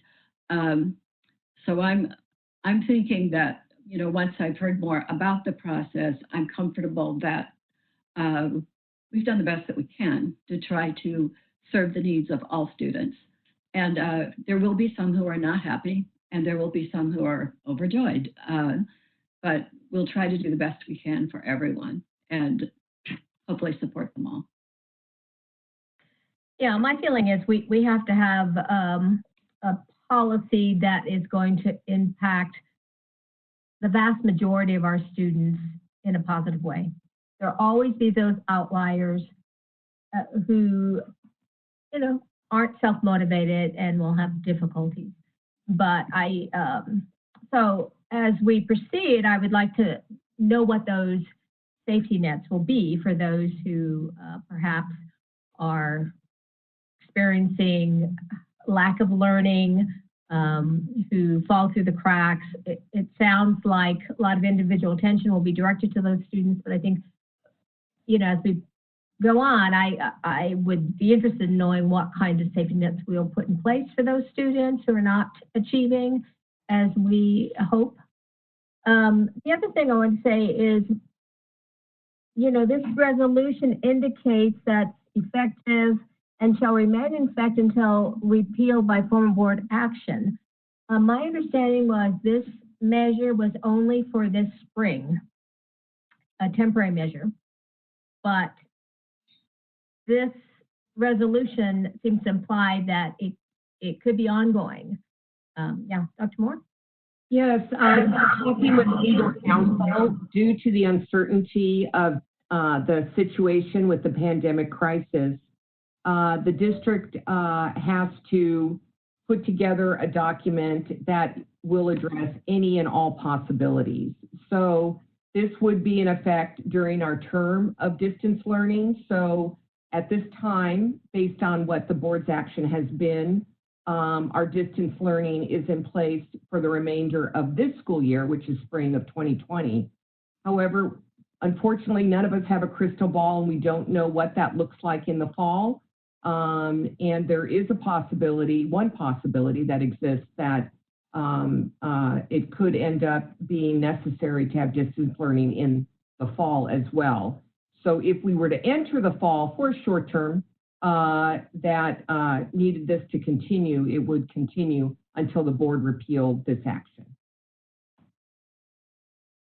Well, I want to keep that in mind, because if we find that all the safety nets that we had in place, or are thinking that the outreach we're doing to students will take care of the issue of complacency on the part of some that just check out after March, and that's not working, then I think we might need to revisit some provision that says, no, you need to show some effort, you need to show some attendance, you need some more. So the grades would finish in June, and those grades would be issued. And when we start a new school year, students would matriculate to the next grade and all start at 0. Yeah. But it could be that this grading scale, as it relates to A, B, and no credit, would continue forward, or at the middle school, the letter grades, and then at the elementary, the ready, approaching, and unable to assess. But they don't start at ground zero for the 2021 school year. Well, that's what's confusing to me, because this is saying they'll be held harmless for the shutdown from March 13th to the end of the 1920 regular school year, and they're not going to get a grade lower than what they'd earned on March 13th. So how would this particular resolution be valid for the fall? Because we're not going to hold them to the grade they earned in March. They're going to start anew. Right, they would start at ground zero because the grade would be issued in June. So that grade would be done, but the grading scale could go forward. Marisa, do you have something to add? Yes, thank you. It is the final grade at the end of semester 2. Semester 1, the following year, they'd begin new with the parameters we had for math, ELA, ready, approaching, unable to assess, and then middle school and high school. I do believe we're going to get guidance from the county office, and we might need to revisit this due to the amount of districts that have been given different guidelines. And I do know we're working in similar steps with South-based schools, but across California, I'm sure schools are handling this very differently. So I think some guidance will be provided that we will all be working towards in the fall. However, there is no hold harmless with the school year starting, because their grades started at 0, as Dr. Moore shared. Yeah, that's what's confusing to me in this resolution, because it's ongoing until we vote to repeal it. And to me, that's the whole resolution, not just the grading part of it. That's what's confusing to me. Emily, did you have yeah, I understand what you're saying, Jeannie. I think, should this go into another school year, it seems to me that we would have to have another resolution with changing dates. Because this is very clear to me through the end of the 1920 school year. And the way I look at it is like, I have these big dreams that maybe start of June, we might be back at school, or just, something crazy. So I'm really compartmentalizing this to this year, and going forward, we would have to do something else. So we can certainly change the term, and just on item number 4, specifically change the last line to, therefore, The resolution shall become effective immediately upon its adoption and shall remain in effect until June 30, 2020. So we can amend that, but the board would have to take additional actions as it relates to the motion and second. Okay. Nancy? I agree. I'd be much more comfortable if this had an end to it. I also think that we're going to have some long and deep discussions if this becomes the new norm next year. I don't know about the rest of you, but I've taken a lot of online classes, and the expectations were just as high as an in-person class. And, you know, I think that if this continues, we have to be ready for it, and we'll have a different mindset as far as what our expectations are, as will the students and the parents. But certainly, we've had online classes at the college level for decades because I'm pretty old and I've taken several of them. So I think that we'll just have to rethink a lot of things if this is something, if we're going to have to start up and do this in the fall or subsequently. So this is for now, and we'll have further discussion before the fall. Ellen? Yeah, just wondering, in regards to summer school classes, will those go back to normal grading as well, or would this maybe carry on through that?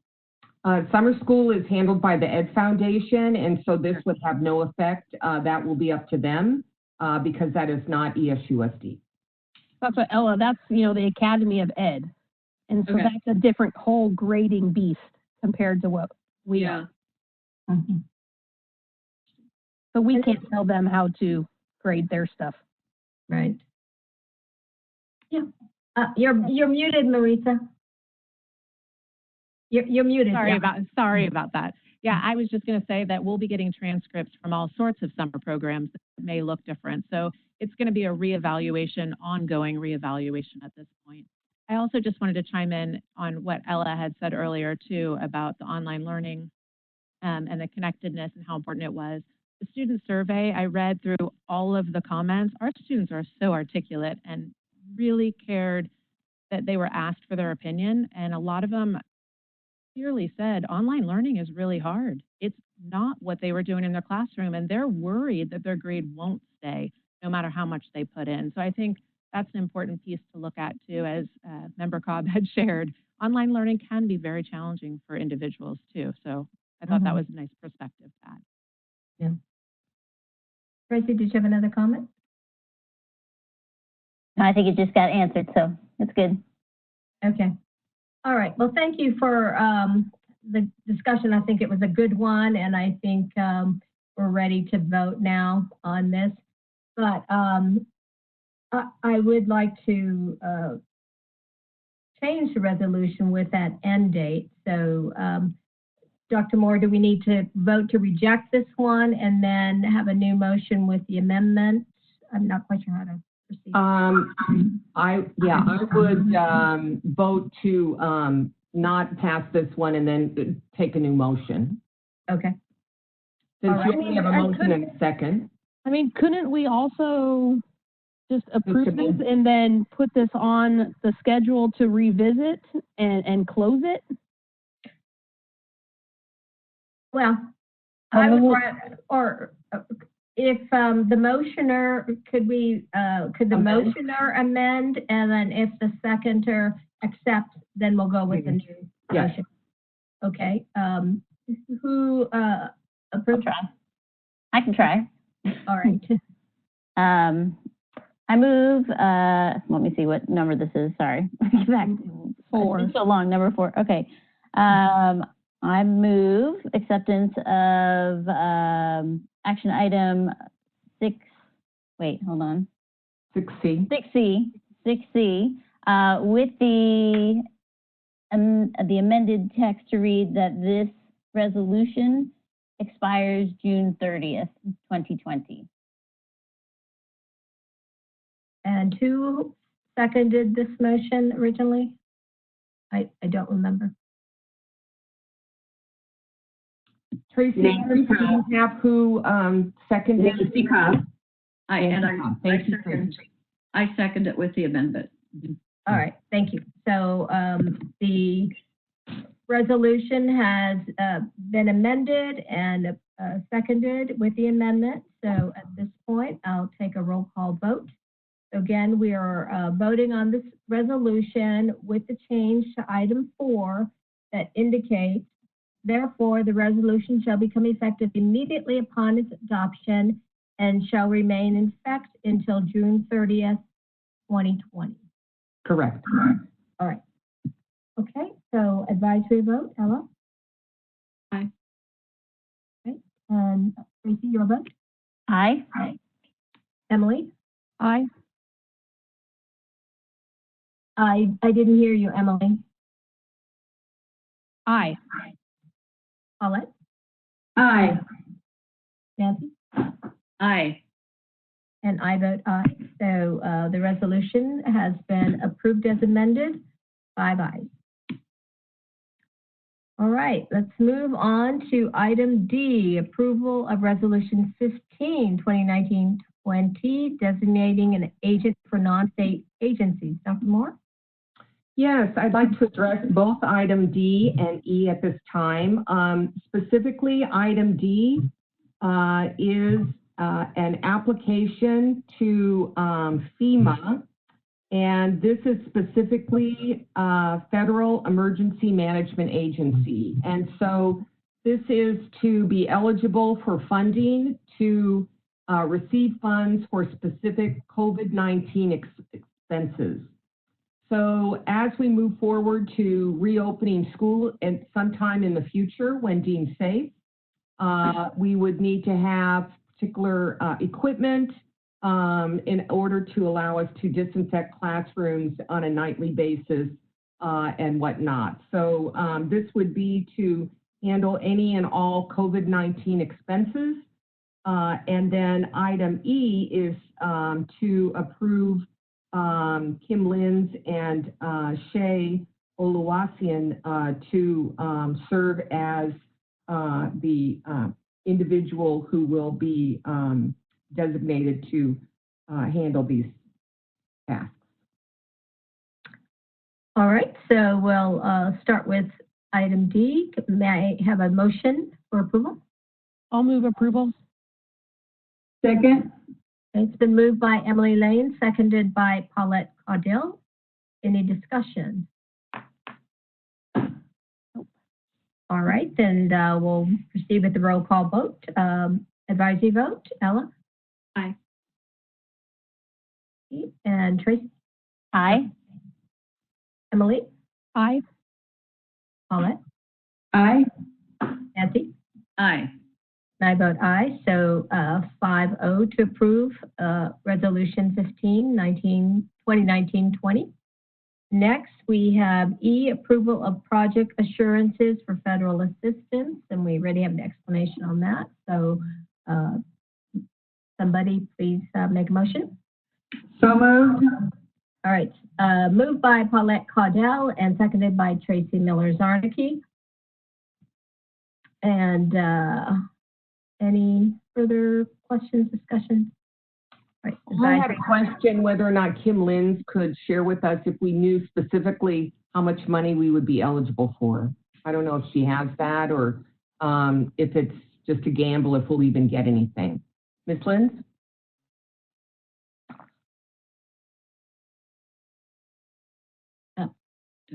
Kim, we can't hear you. You muted. All right. Sorry about that. Can you hear me now? Yes. Okay. So we don't know the exact amount that we will be eligible for.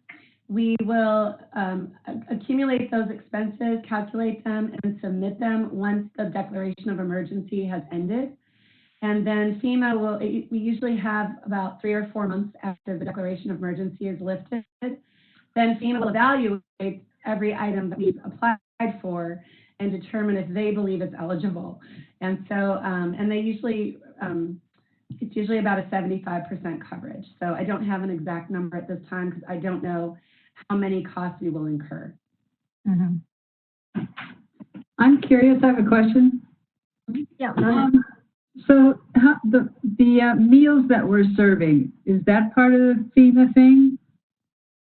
So the costs that we incurred for serving meals during the week that we served meals, those costs actually can be covered either as a FEMA expense if there's anything we had to do that we would not have normally done. We also, the California legislature passed SB 117 for COVID relief, and that did give the district an allotment of money to cover COVID-specific expenses. So that would be our first fund that we would pull expenses from, and then whatever that doesn't cover, we would apply for FEMA funding for.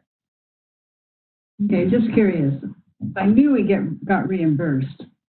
We did get reimbursed for the meals themselves by the state. That's already been submitted. Okay, by the state. All right, then let's move ahead with the vote. Advisory vote. Ella? Aye.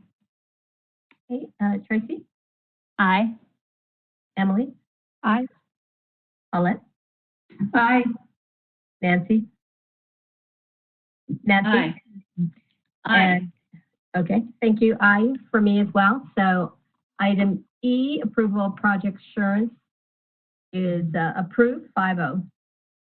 Next, we have approval of resolution 16 for 2019-20, certificated employee, school employee week. Dr. Moore. Yes, May 4th through the 8th is our Certificated Employee Week, and our certificated employees include our teachers, first and foremost, but it also includes our speech and language pathologists, our psychologists, and any other individual that holds a credential. So now more than ever, I think we all appreciate our teachers a little more.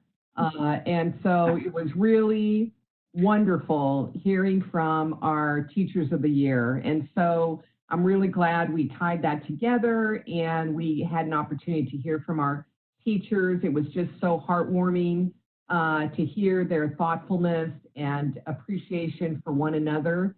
And I recommend approval enthusiastically. Thank you. Emily, would you read the now therefore be it resolved sections?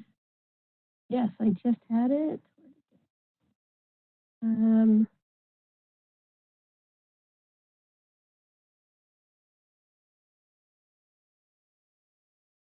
I just lost it.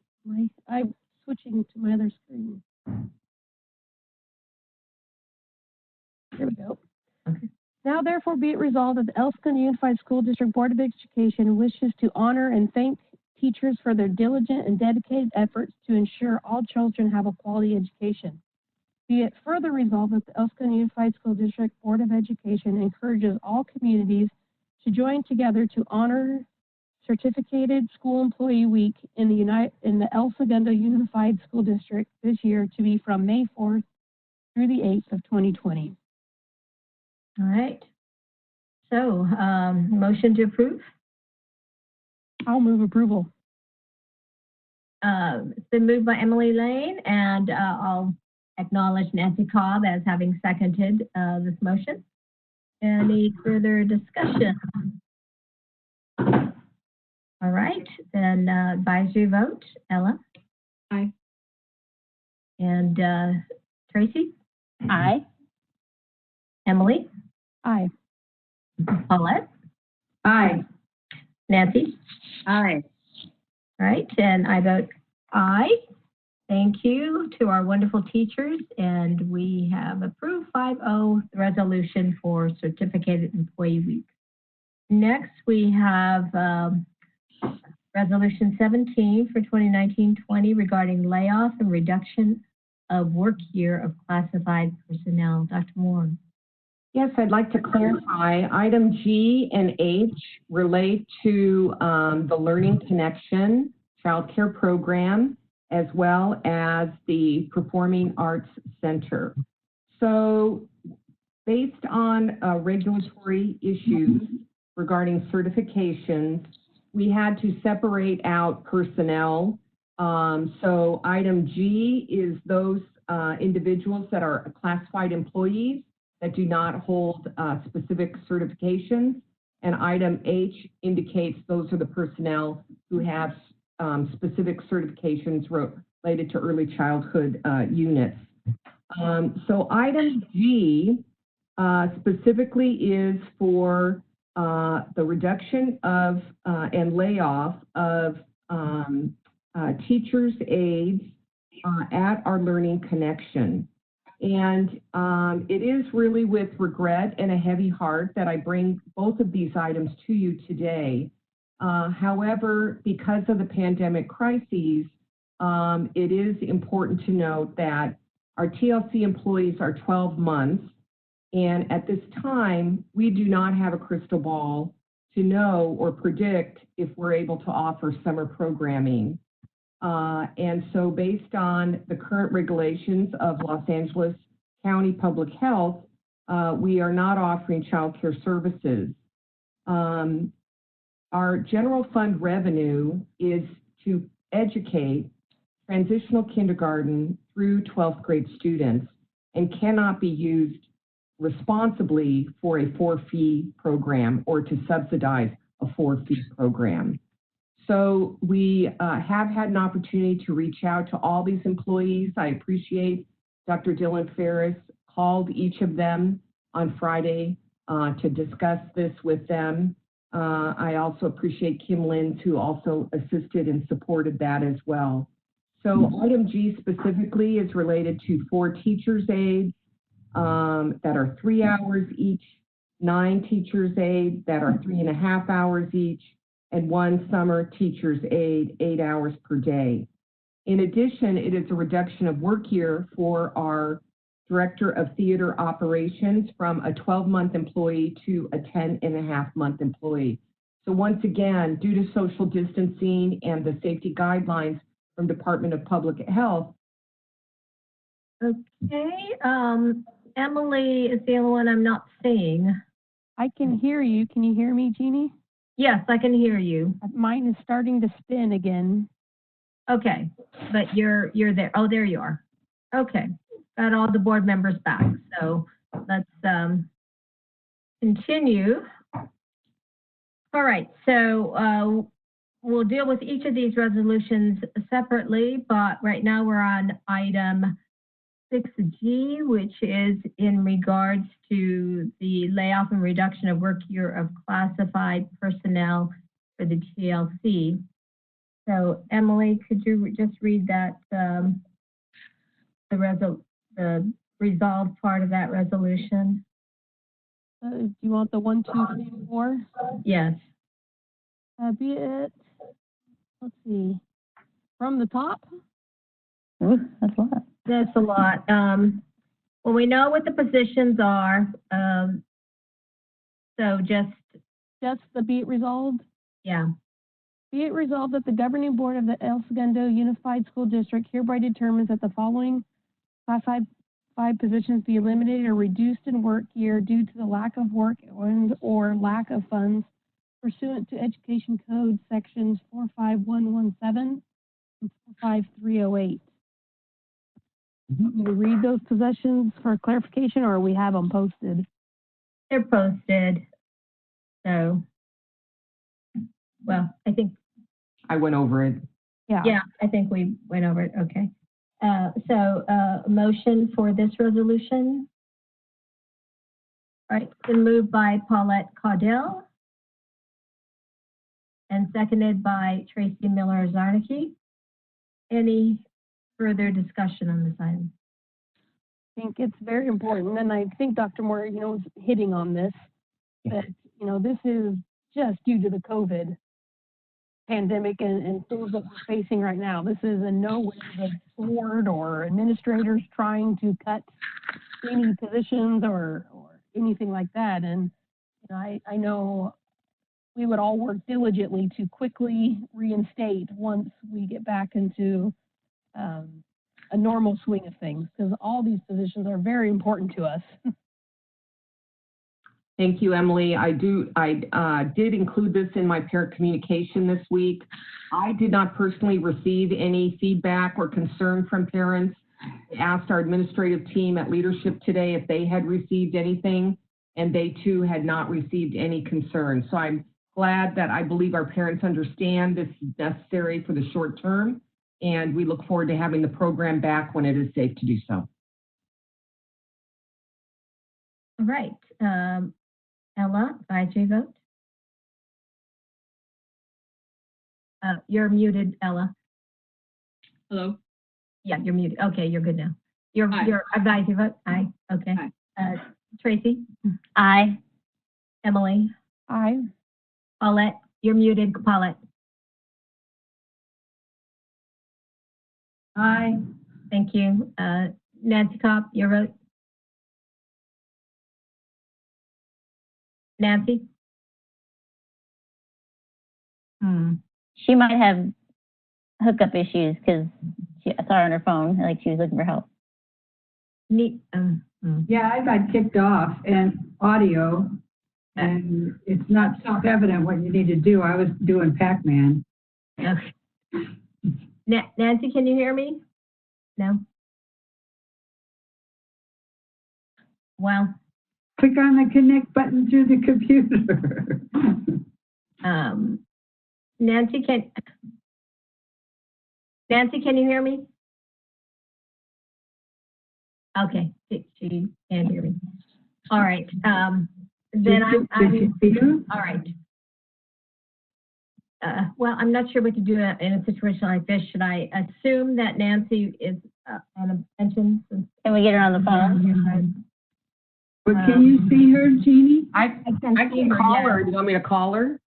Yeah, she can do, sign language. Yeah, can you see? Just thumbs up, thumbs down. Yeah, if somebody can contact her. I'm calling her now. Okay. Oh, we were doing so good technically. Yeah. Hi. I called Denny, but he didn't pick up the phone. Okay. I can't hear anything. Okay, I can hear Nancy. So your vote on item G? Aye. Thank you. And I vote aye. So we have 5 ayes for item G. Let's move on to item H. Approval of Resolution 18, 2019-20 regarding layoff and reduction in work year of daycare program permit personnel. And we've already, I think, had the background on this. So let me just go over the positions, please, Dr. Nishime. This is 2 lead teachers, daycare, 8 hours each. 2 lead teachers, daycare, 6.5 hours per day. 1 lead teacher, daycare, 3.5 hours per day. 1 lead teacher, 2.5 hours per day. And then a reduction in work year of the director of daycare from 12 months to 10.5 months. Okay. Any comments or discussion? All right. Advisory vote, Ella? Did we move? Oh, sorry. No, I guess we did. Thank you. All right. So motion to approve Resolution 18? I'll move approval. All right. Thank you. I'll second. Donachie, and seconded by Paulette Caudell. All right. Then we'll move on to the action. Ella, your advisory vote? Aye. Okay. And Tracy? Aye. Emily? Aye. Paulette? Aye. Nancy? Aye. And I say aye. So 5-0 to approve Resolution 18. All right. And we are pulling item 7, information pending action. And Dr. Moore, that will return to us? Yes, I'll return to us next month. Okay, thank you. Anything on the information calendar, Dr. Moore? Yes, I would like to say that we have several events coming up in May. First of all, we have our board meetings on May 12th and 26th. And then we do have some virtual PTA meetings.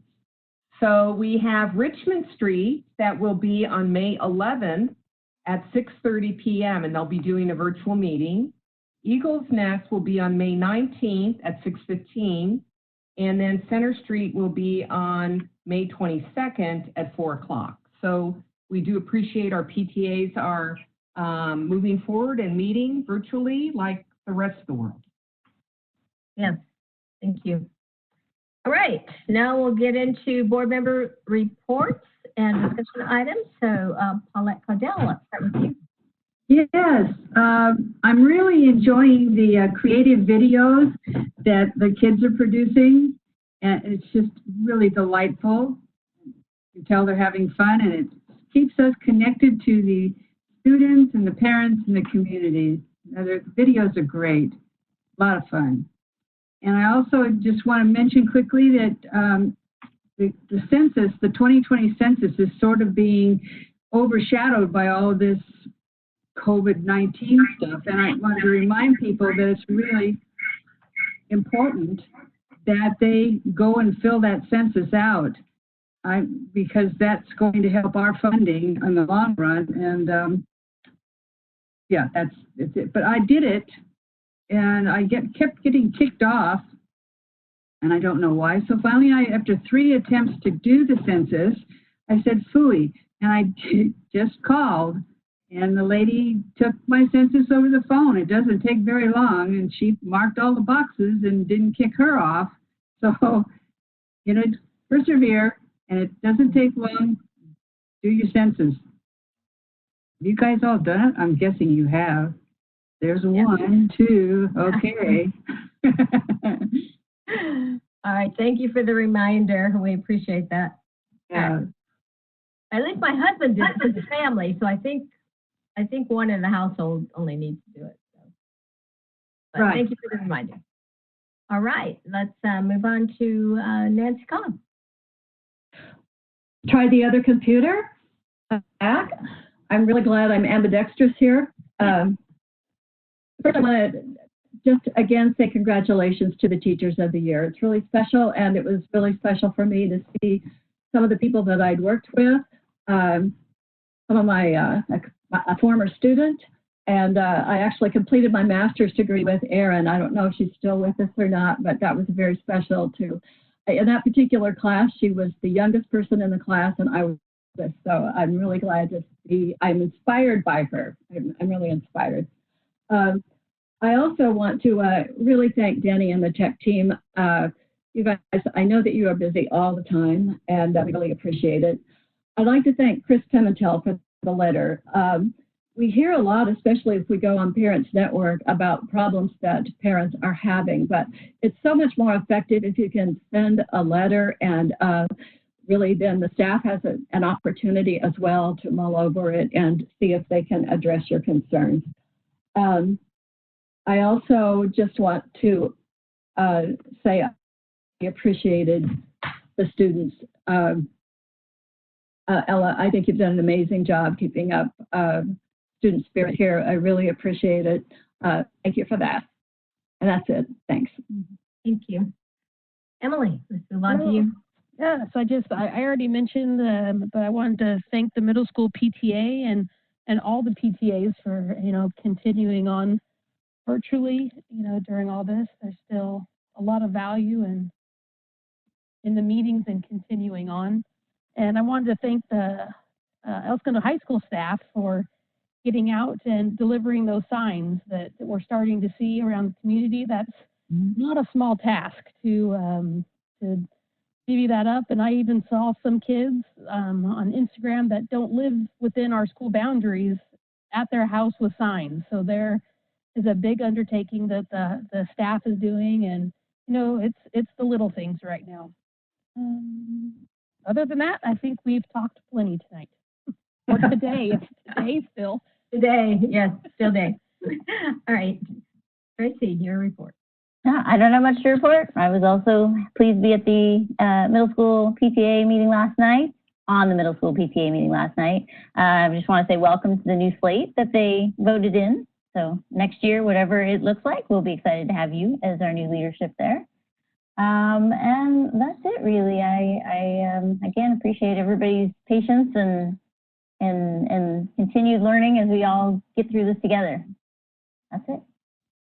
All right, thank you. I attended a couple of virtual meetings this past week. One I mentioned was with the South Bay School Board presidents, and it was interesting to see what was going on in their districts. Certainly a lot more controversy, I think, than in our community. I really have to thank our administration, our teachers for just working so cooperatively. And Dr. Moore, thank you for your communications to the parents. I think that really helps alleviate a lot of anxiousness because we are transparent about what we're doing. Just to let you know, at PV, their last board meeting lasted 6 hours, and they had 500 people viewing that board meeting. So obviously a lot of interest. They had 40 public comments, and they used Zoom and allowed people to comment during the meeting on Zoom, which I think wisely we decided not to do because, first of all, they had to talk about what the protocols were because people didn't mute, so you hear dogs barking and all kinds of going on in the background. So they had to spend the first part of the meeting just discussing that you need to mute and how to operate through Zoom, and then to have that many comments some were submitted ahead of time, but a lot were in person, so I'm sure that contributed to the length of their meeting. And then at Manhattan Beach, Miracosta, they had over 400 comments from the public. But they did something I thought was pretty interesting, that everybody submit their comments via Google Docs. And so they scrolled through the comments. They didn't read them. They just mentioned the name of the person who made the comment and what the subject matter was, so that the public would understand that it was out there and they would need to go in and read the comments.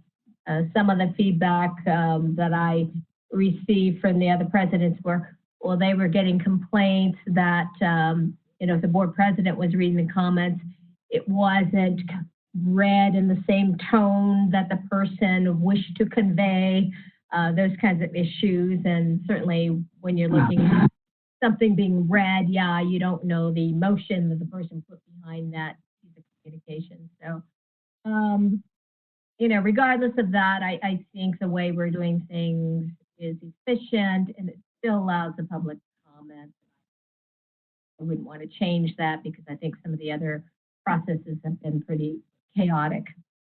The other thing I wanted to mention, that I did attend a conference call put on by our CSBA field representative, Sarah Bradshaw, and she had Mary Nicely, who works for the Superintendent of Public Education. And one thing that she mentioned that really caught me off guard is that statewide, there's a need for 230,000 laptops. So basically 230,000 students without a device to participate in online learning. And there's a need for 220,000 hotspots. So even if they have a device, they can't connect because they don't have the internet. So, unfortunately, a lot of kids are missing out on education. And even though ours isn't perfect, I'm grateful for everything that we've done to make education accessible to our students. The other thing, certainly everybody's looking at facing a tough budget year. And so Dennis Meyer from CSBA, the legislative person, was there at that meeting as well. And what some of the things that CSBA is advocating for is, one, to freeze STRS and PERS contribution rates, because we know those continue to climb. And so that's something that they're trying to pressure legislators to consider freezing that. And they're also looking at any manipulation of the Prop 98 guarantee, because oftentimes, well, we know the amount of revenue coming to the state's going to be considerably less because people aren't working, they aren't paying their taxes, and ours is a split of that revenue.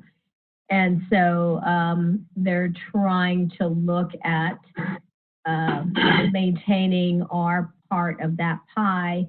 And one thing they mentioned, 3/4 of districts were deficit spending in February. So even before we went into this crisis, they were deficit spending.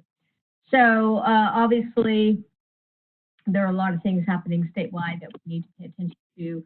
And even though we've got the May revise, since income tax won't be collected until July now, we really won't know the full scope of what our revenues are for next year.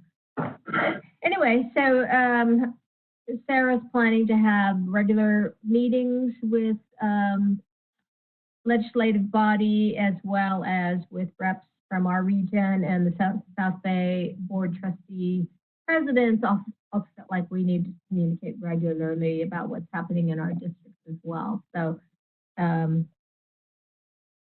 actually, I think we get better participation doing it on Zoom because people working couldn't come to the meetings, and now everybody's at home, so they can come. So it's interesting to hear from everybody what's happening in their district, and it makes me all the more grateful that we are where we are. So thank you, everybody. Dr. Moore. Yes, a couple of things that I wanted to share. First of all, on the gifts to the district this evening, El Segundo is indeed a very special place. And there was a $1,400 gift to pay for the signs for our seniors. And I just think that is just one more indicator about what makes our town so special, that our kids deserve to be acknowledged. It's a milestone moment, and our town steps up. And somebody reached out to me and said, I want to do this. I don't want anybody knowing it's me, but please do this and let me just write you a check and take care of it. And so I just really want to just thank that individual. It's just very refreshing that, you know, you don't even have to like put out an all call. People are calling us saying, how can we help? So just thank you for recognizing that this is a special time for our kids and how can we pull together. In addition, I did want to say on a more serious note that we did have a Zoom bomb incident at Richmond Street that we are very concerned about and caused us quite distress, and apologize to the parents and students that had to endure that. But I did specifically wanted to address that we have a wonderful relationship with El Segundo Police Department. I have personally spoken with Chief Bill Whalen, and he has assured me they are going to be following up and doing a thorough investigation, and that it is the district's intent when this individual is apprehended that we will be pressing criminal charges and that they will be filing with the district attorney. So I think people need to realize that, you know, this is a serious time, and there's a time that certain things are just outside of social norms and acceptability, and you do not do things like that with elementary kids in a captive audience.